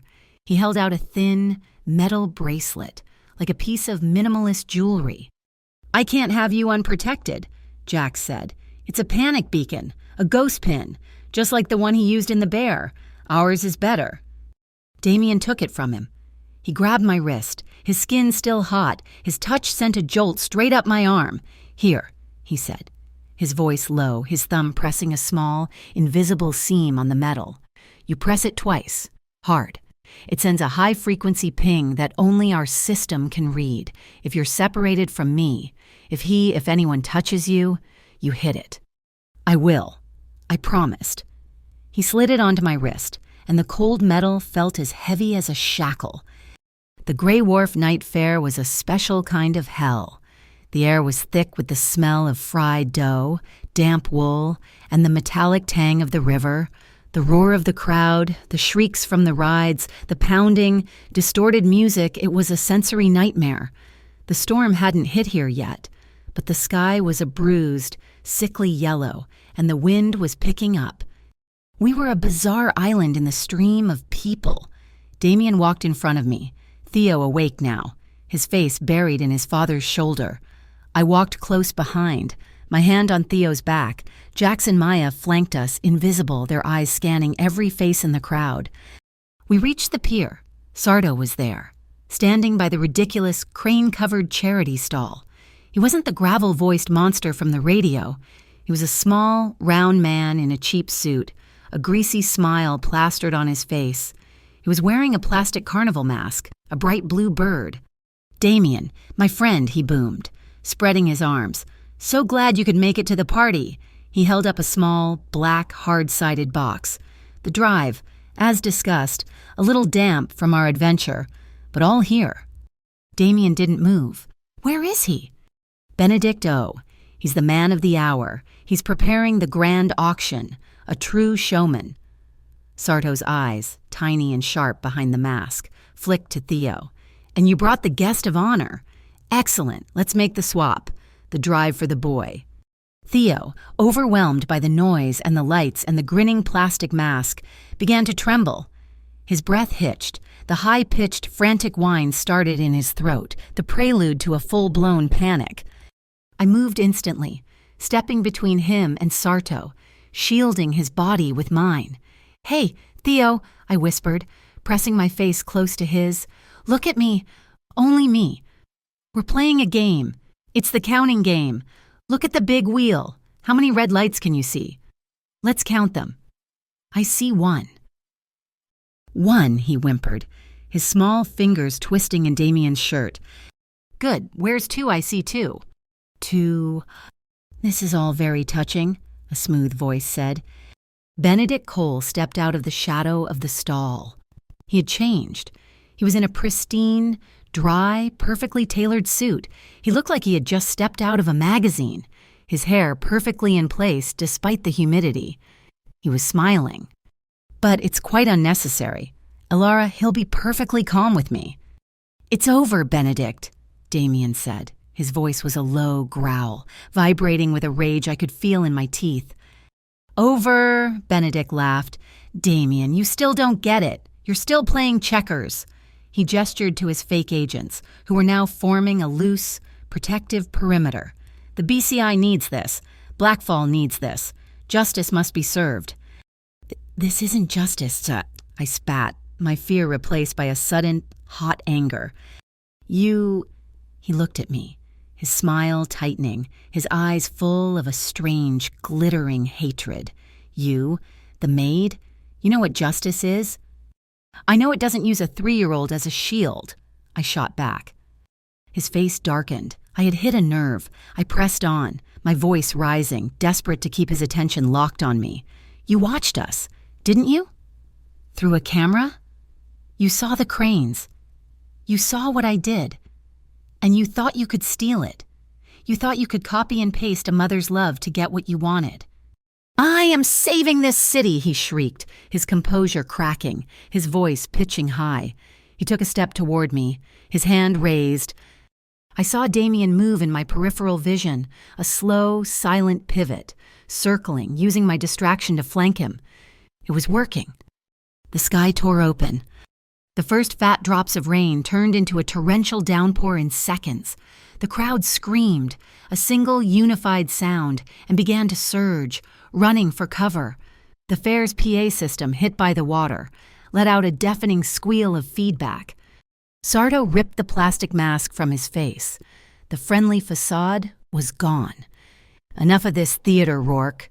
The drive. Give it to me now." "Give it to me," Benedict commanded. "To hell with you both," Sarto roared. He pulled out a small detonator. "My men wired this pier. It's old. It's rotted. It won't take much. You give me the drive, or I send us all to the bottom of the North Lake. You have 30 seconds. My wrist buzzed. A text from Maya. "LMT is in position. Perimeter set, but they need audio confirmation. They need to hear Benedict admit to the exchange. They need him live." Benedict was laughing, a wild, unhinged sound. He was high on the chaos. He leaped onto the small, rain-slick stage of the charity stall and grabbed the microphone. The feedback squealed and then died, his voice booming over the pier. "Welcome, welcome, friends," he yelled into the storm. "We're here for the children, and we are about to start our grand auction. Our first item, a piece of modern art, a digital drive of unique data. Do I have a bid?" He was going to do it. He was going to sell the drive to Sarto, right on a hot mic, but the task force needed to hear Sarto's side, too. They needed the transaction. He was too far away. The wind was too loud. I looked at Damien. "I have to go up there." His head snapped to me. "No, Alara, no. That's a death sentence." "He'll talk to me," I pleaded, my voice desperate. "He's obsessed. He hates me, and he wants to prove he's better than me. I can make him say the words. Jax, you have to have a wire." Jax was already digging in his pocket. He produced a tiny, black button, a mic. "She's right, boss. He's a narcissist. She's the only one who can bait him. It's the only way to get the LMT to move." Damien stared at me, his face a mask of pure agony. This was worse than the tunnel. This was a choice. He was holding the little silver dandelion pins so tightly his knuckles were white. He was being asked to let me walk, alone, into the one place he couldn't protect me. "I will be right here," he said, his voice a raw whisper, his eyes locked on mine. "I will not let him lay a hand on you. I promise." Jax's hands were deft, clipping the tiny mic to the inside of my collar, shielded from the rain by my jacket. "It's live. We'll hear everything." My heart was a hummingbird, trapped in my ribs. "Count the lights," I whispered to Theo, kissing his damp forehead. "Stay with Papa." I turned. I let go of Damien's hand, the heavy weight of his signet ring in my pocket, the cool metal of the bracelet on my wrist. I squared my shoulders, and I walked out of the shadows, through the driving rain, and up the 3 steps to the stage, into the blinding white spotlight. Benedict turned, his smile widening. He thought I was his prize. The last thing I saw before I faced him was Damien's face. He was watching me go. His expression shattered, like a man watching the last light in his world walk into the dark. I walked onto the stage. The wind and rain hit me in a wave, cold and sharp. The spotlight was a hot, blind eye, making me an island in the chaos. Benedict was beaming, his face slick with rain, his eyes glittering with a victor's madness. He saw me, and his smile widened. He actually offered me the microphone, a gesture of such supreme arrogance it almost made me laugh. I took it. My hand was steady. The cold had numbed the fear. I didn't look at him. I looked past him, at the dark, churning mass of the Blackfall River, at the panicked crowd. "Good evening," I said. My voice didn't shake. It boomed over the pier, amplified, cutting through the storm. "We're here tonight to donate for the children." I turned my eyes to him, injecting a note of false, wide-eyed wonder. The children who just need peace. Benedict laughed, soaking up the attention. "Exactly, Alara.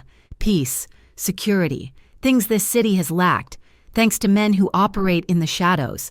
He was playing to his imaginary BCI agents. It's so wonderful," I continued, my voice dripping with fake innocence. I could feel the tiny mic button on my collar. cold against my skin, that you were able to arrange all this. The Morning Ember Fund is doing so much good, and to have the BCI's official support, however did you manage it? This was his moment. He had his audience. He leaned into the mic next to me, his voice smooth and self-congratulatory. It's about vision, Alara. It's about knowing who to trust. While Damien was busy with his nighttime affairs, I was building legitimate bridges.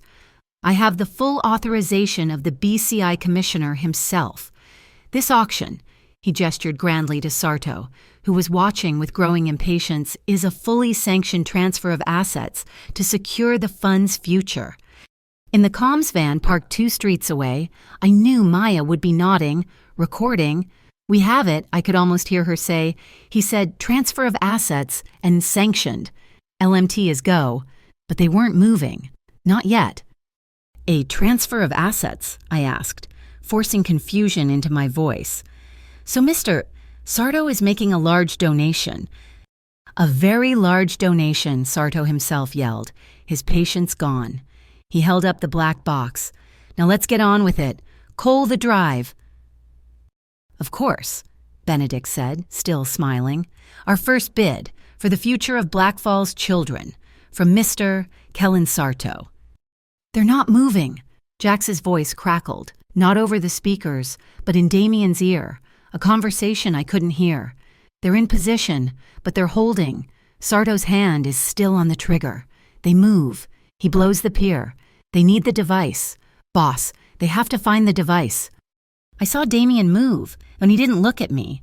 He and Jax, who had been a shadow by the donut stand, simply melted into the chaos behind the stage. They dropped down, vanishing under the pier's main structure. They were hunting, in the dark, churning water, for Sarto's bombs. I had to keep Benedict talking, but if it's a donation, why is he getting the unique data? Benedict's smile faltered. My stupidity was annoying him. It's a collateral guarantee, Alara, a simple, boring financial procedure, something you wouldn't. A flash of light from the shore. A tactical LMT agent, moving too soon, his rain slicker reflecting the Ferris wheel. Traitors! Sarto shrieked, his eyes darting to the shore. He saw the movement. He thought it was Damien's men. He didn't hesitate. He ripped a firearm from under his jacket, not the detonator, a gun, and fired one shot straight up into the black sky. That was it. The sound, a sharp crack over the music and the rain, broke the crowd. The panic became a stampede. The pier, which had been emptying, became a surge of screaming bodies, a human wave flowing back toward the shore. I was knocked off my feet, falling hard onto the wet stage. Theo! Damien's roar. It wasn't over the comms. It was from below me. He wasn't thinking about the bomb. He was thinking about his son. The donut stand where I had left him with Damien was overturned. My heart stopped. I jumped off the stage, shoving, screaming, fighting my way through the tide of people. Theo! I found him. He was huddled behind the overturned, sputtering fryer, his small body shaking, his hands locked over his ears. He was terrified, but he was safe. I collapsed, grabbing him, pulling him tight against my chest. Hey, I'm here. I've got you.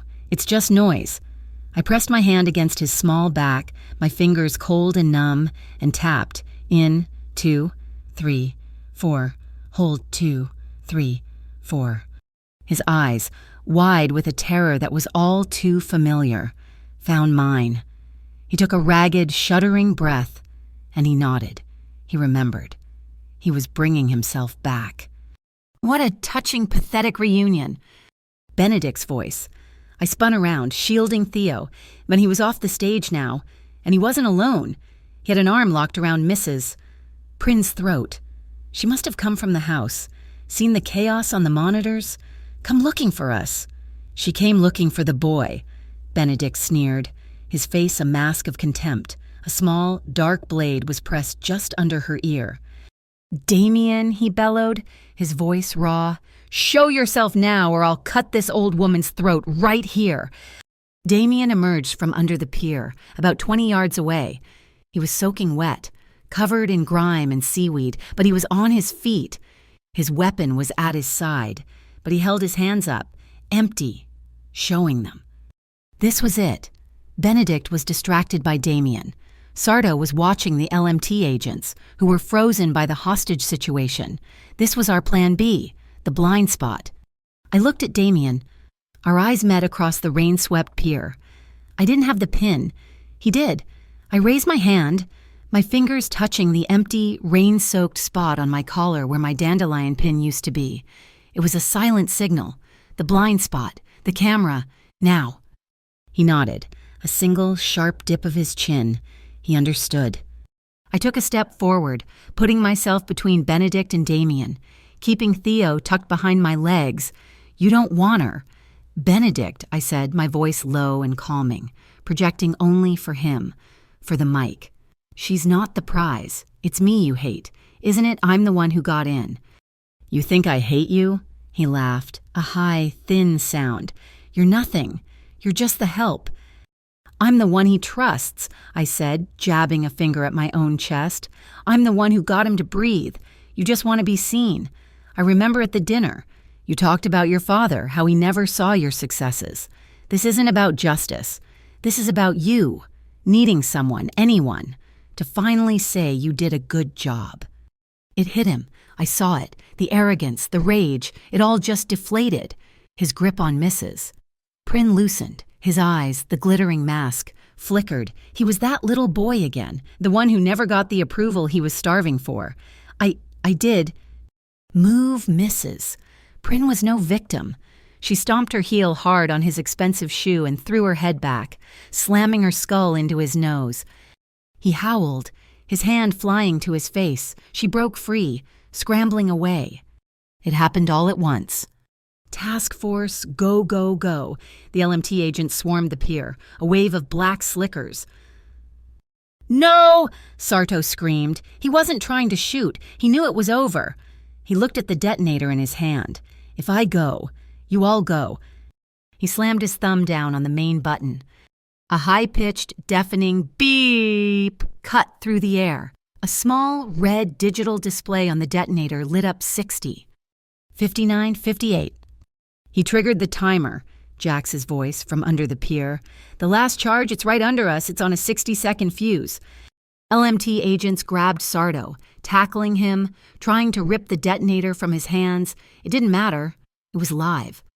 Benedict was on his stomach, his face in a puddle, a boot on his neck, cuffed.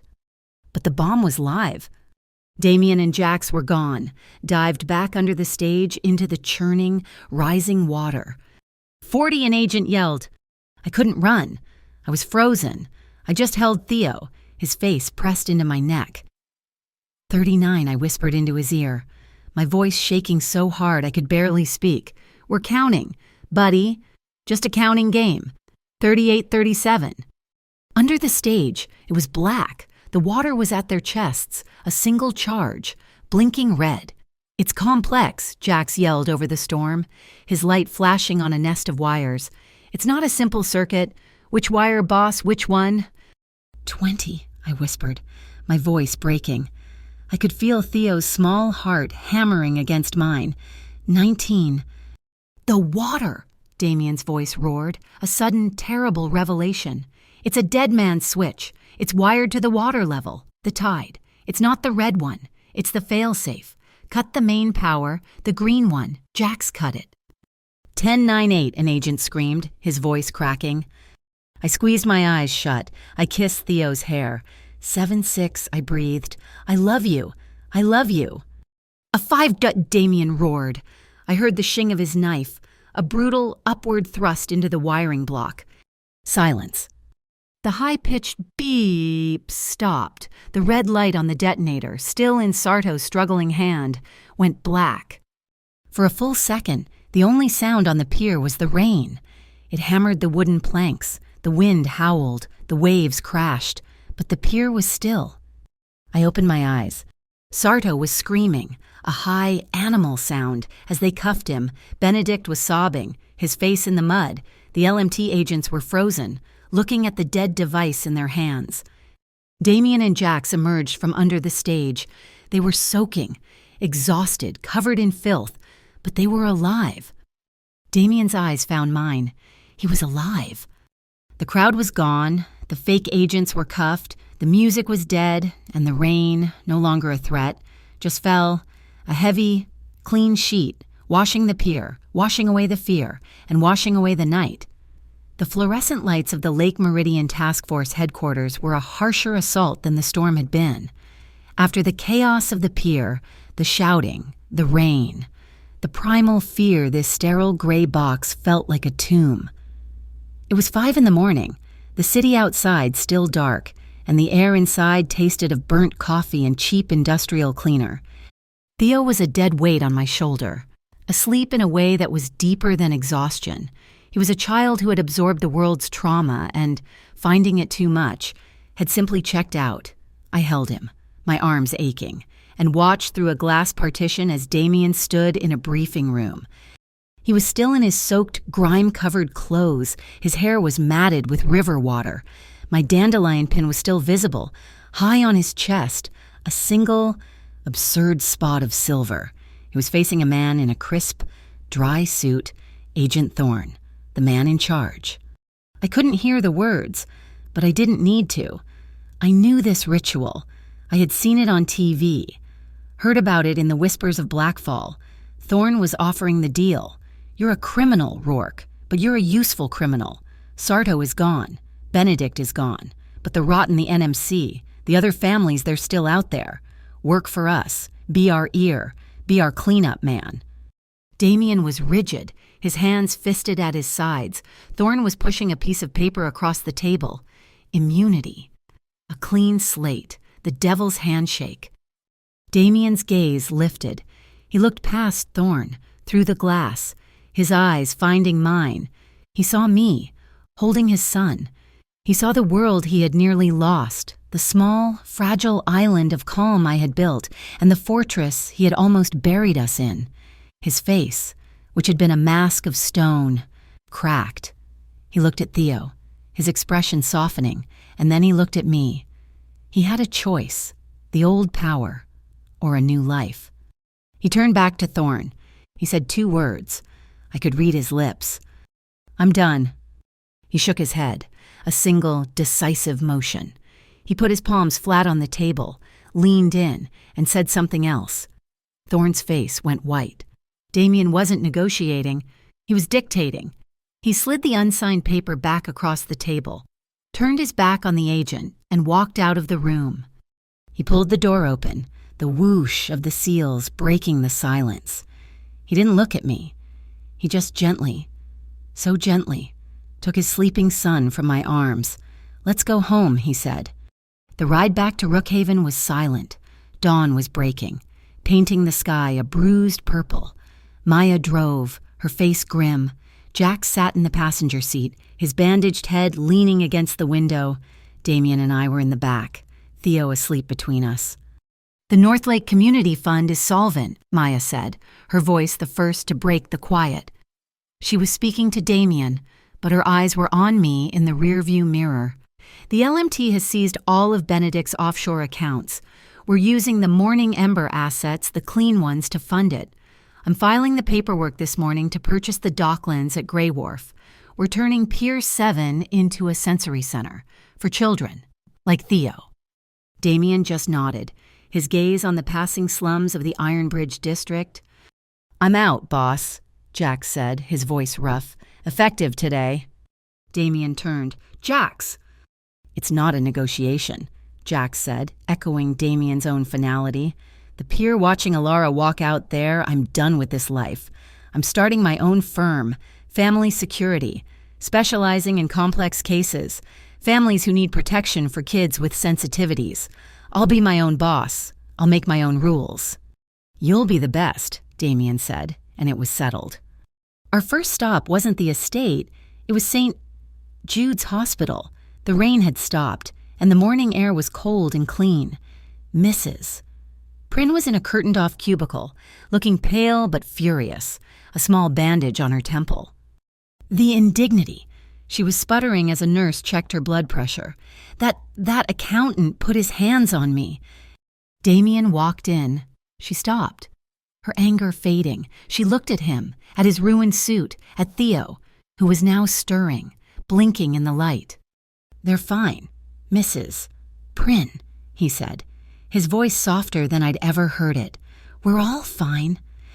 She reached out, her hand shaking, and patted his arm. "You're a fool, Damien Rourke. You always were, but you're a good fool." She looked at him, her eyes sharp. "You spent your whole life trying to get more power, more money, more quiet. You're only happy when you have enough. Remember that." He nodded, humbled. While he was signing her discharge papers, a doctor in blue scrubs approached me. "Miss Quinn, Alara Quinn?" My heart stopped. "Yes, is it my brother?" "Rowan?" He smiled, a kind, tired face. "He's a fighter. I'm Doctor. Alani, we got some unexpected news this morning. You know we've been trying to get approval for the new neural stim procedure." "Yes, but the insurance wouldn't—" "It doesn't matter. A new grant just came through, about an hour ago, from a North Lake Community Fund. It's fully endowed. It's covering the entire procedure, plus post-op physical therapy. We're scheduling him for tomorrow morning." I staggered, my hand on the wall. It wasn't Damien. It wasn't his money. It wasn't a favor. It was clean. It was Maya. It was real. I started to cry, silent, racking sobs of pure, unadulterated relief. Rowan was going to be okay. I found Damien in the hallway, waiting. The fight was over, the adrenaline was gone, and he looked empty. He was a man who had just dismantled his entire life in the span of 6 hours. "He's Rowan. He's getting the surgery," I whispered, wiping my face. "I heard," he said. "Maya is efficient." "Thank you." "I did nothing. Alara, that was all clean." He leaned his head back against the sterile white wall. "My father, he raised me to be a stone. He told me that to be a Rourke was to be an unmovable object, that attachments were a liability, that love was a weakness. So I built a fortress of silence. I thought all these years that silence was strength." He looked at me, his gray eyes bleak. You came into my house. You were just a maid, and you showed me that my silence wasn't strength. It was just loud. It was a vacuum. It was terror." I stepped closer to him. Theo was on his hip, awake now, playing with the silver dandelion pin on his father's chest. "You weren't strong," I said, my voice soft but sure. "You were just numb. There's a difference." I reached up, my hand hovering, not sure of my right to touch him. "Strength isn't being a stone, Damien. Strength is listening. It's hearing a child screaming in a room, and instead of locking the door, you kneel down. You learn to breathe with him." My hand found his. "You're learning to listen, to him, to me." The hallway was quiet, the air thick with antiseptic and unsaid words, the magnetism from the archery range, the desperate heat from the panic room. It was all back, but different. It was calm. It was earned. He leaned in, his other hand came up, his fingers brushing my cheek. "Alara, Ara," a small, sleepy voice. Theo, tucked between us, looked from my face to his father's. He smiled, a slow, drowsy smile. "Papa, Ara, home." Damien and I broke apart, but the spell wasn't broken. We both looked at Theo, and we laughed, a real, shared, exhausted laugh. Damien didn't pull away completely. He just rested his forehead against mine, his eyes closing for a second. His skin was warm. It was a touch more intimate than any kiss. "Home," he promised. "Mr. Rourke." Agent Thorne. He was standing at the end of the hall. He looked at me, his face official. "Miss Quinn, I'm glad I caught you. We'll need your official testimony about Benedict Cole's actions, specifically the fraudulent BCI credentials and the audio you captured on the stage." I looked at Damien, who nodded. I turned back to Thorne. "Yes, I will testify, on one condition." Thorne raised an eyebrow. "Theo Rourke, his name, his image, his medical history, none of it. It's not part of the record. He's a 3-year-old boy. He's not a witness. He's a victim. He's to be protected, completely, or I don't remember a thing." Thorne held my gaze. He saw the same iron I had just seen in Damien. Agreed, Miss Quinn. We'll seal his records. When we finally got back to Rookhaven, the sun was high. Mrs. Prin immediately took Theo for a bath and a real meal. Damien and I were left standing in the grand, silent foyer. On the polished, mahogany hall table, on a silver tray, was a single, white envelope. It was crisp, dry. It hadn't been there when we left. Damien picked it up. There was no stamp, no address. It had been delivered by hand, sometime after the LMT raid. He ripped it open. It was a single sheet of paper, one line in typed block letters. The story isn't over. Sarto's in a cage, but the NMC still has his people. The river runs deep. Damien read it, his face hardening. He hadn't dismantled the threat. He had just angered it. They were still in the shadows. He looked at the note. He looked at me. And he made the final choice.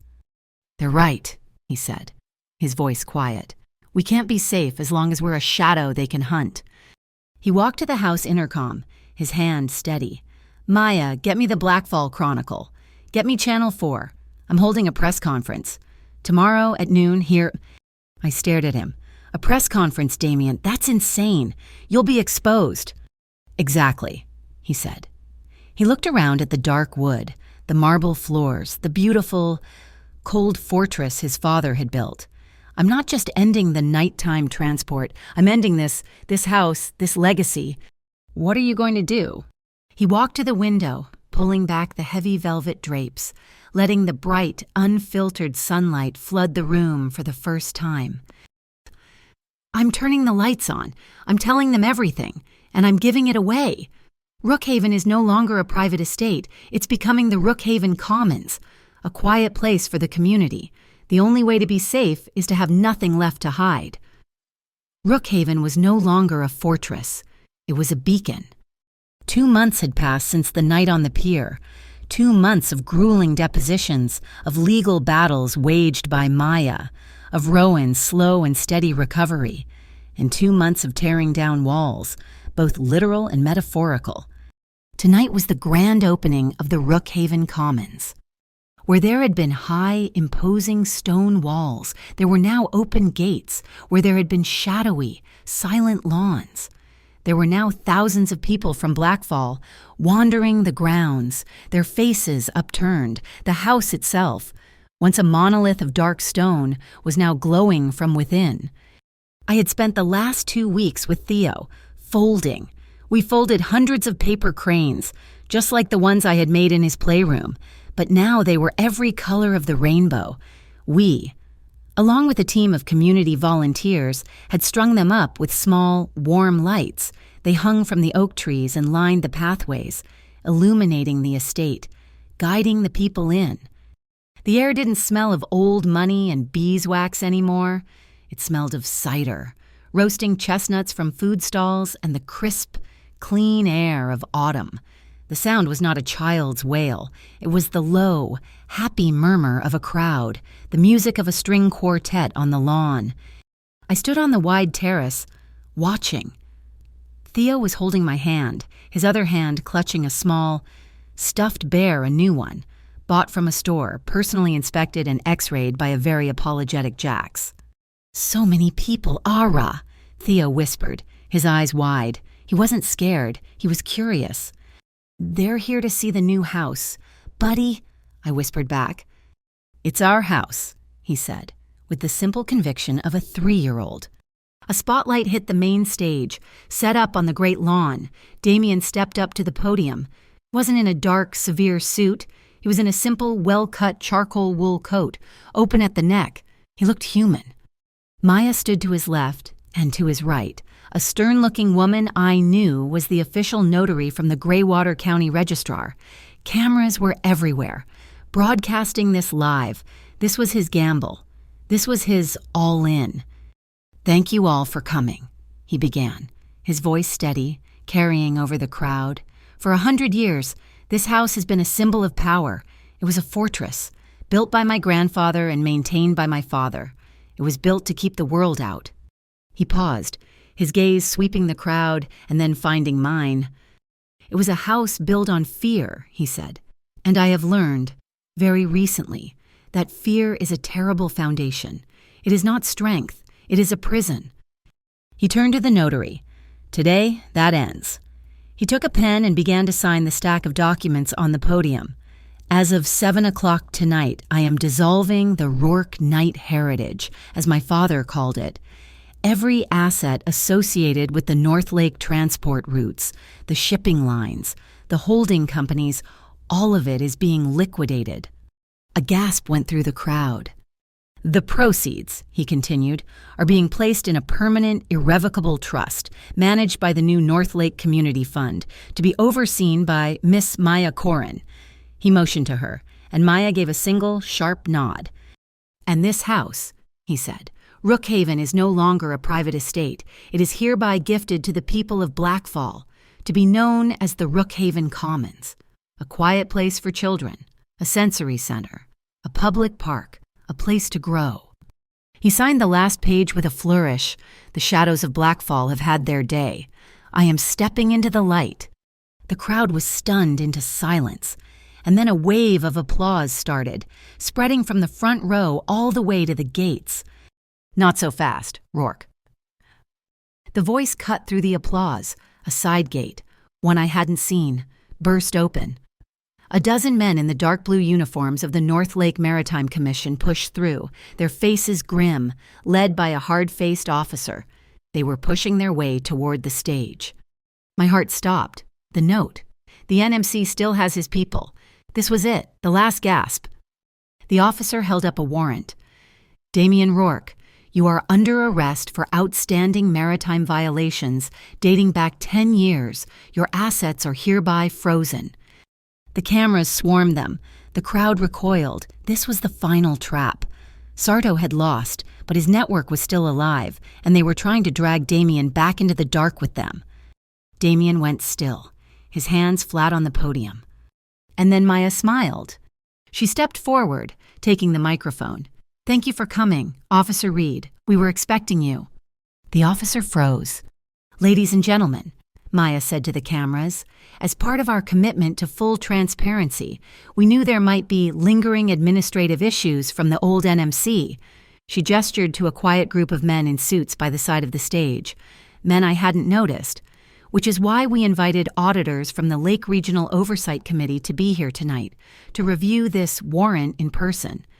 One of the suits stepped forward and took the paper from Officer Reed. He looked at it for no more than 3 seconds.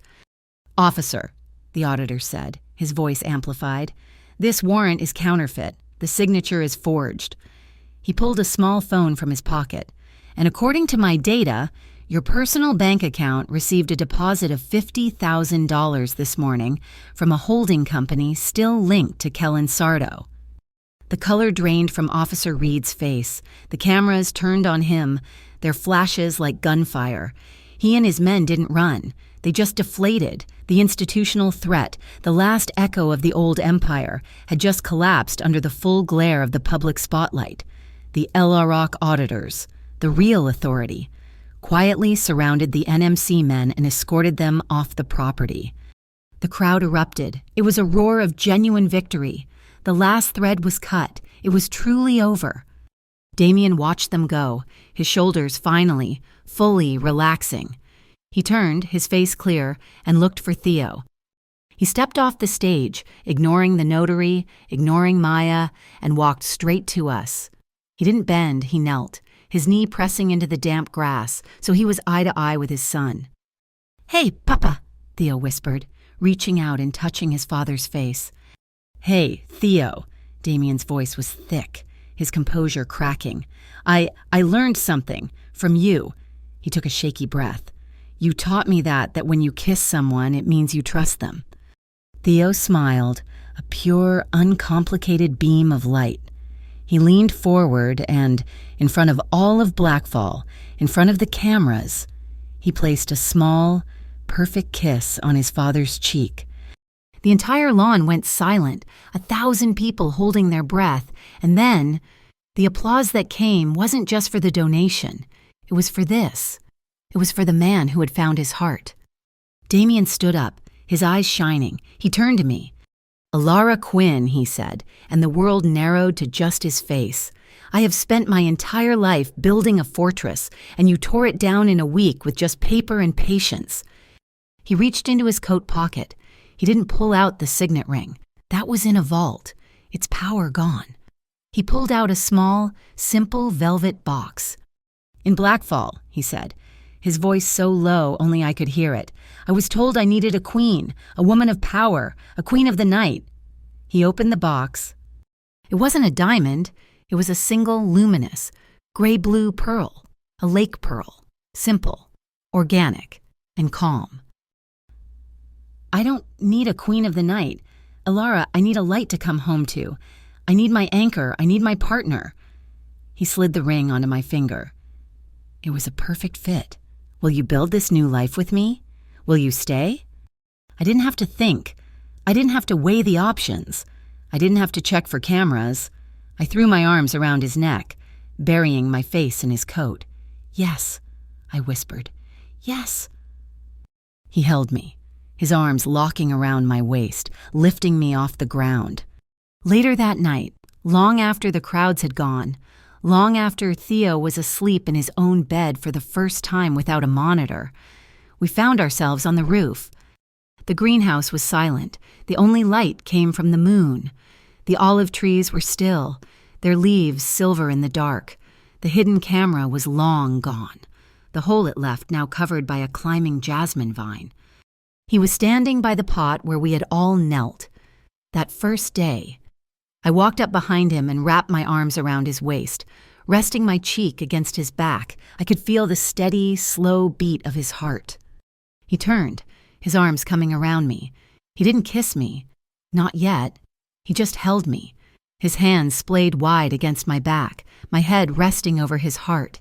We just breathed in 2, 3, 4, a shared, silent rhythm. "It's safe," I whispered.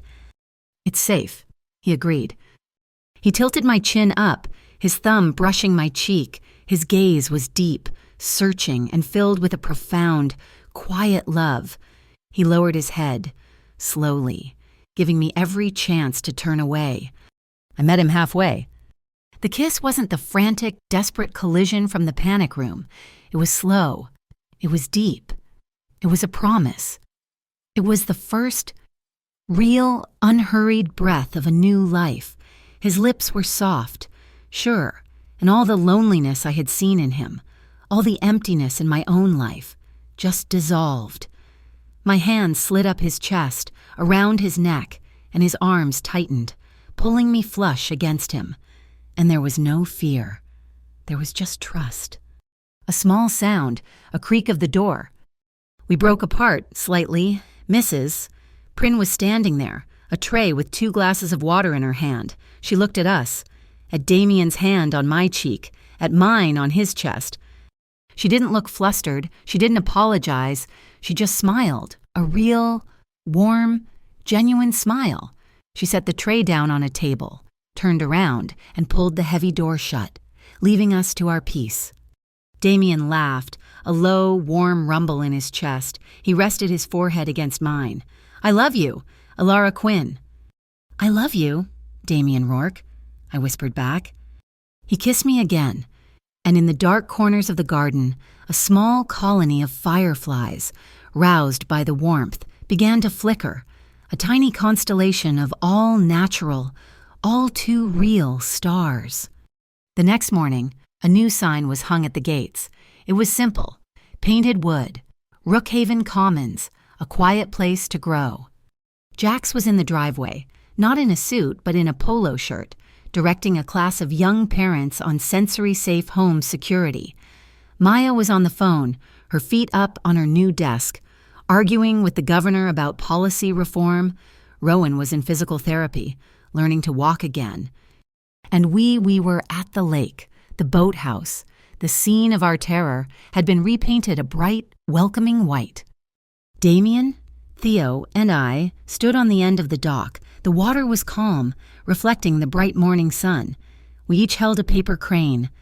"Some empires," I said, watching the light dance on the water, "are built on fear. Damien took my hand, his new ring a simple, solid weight next to my pearl. We chose to build ours on trust. We held our cranes out. 1, 2, tree, Theo shouted.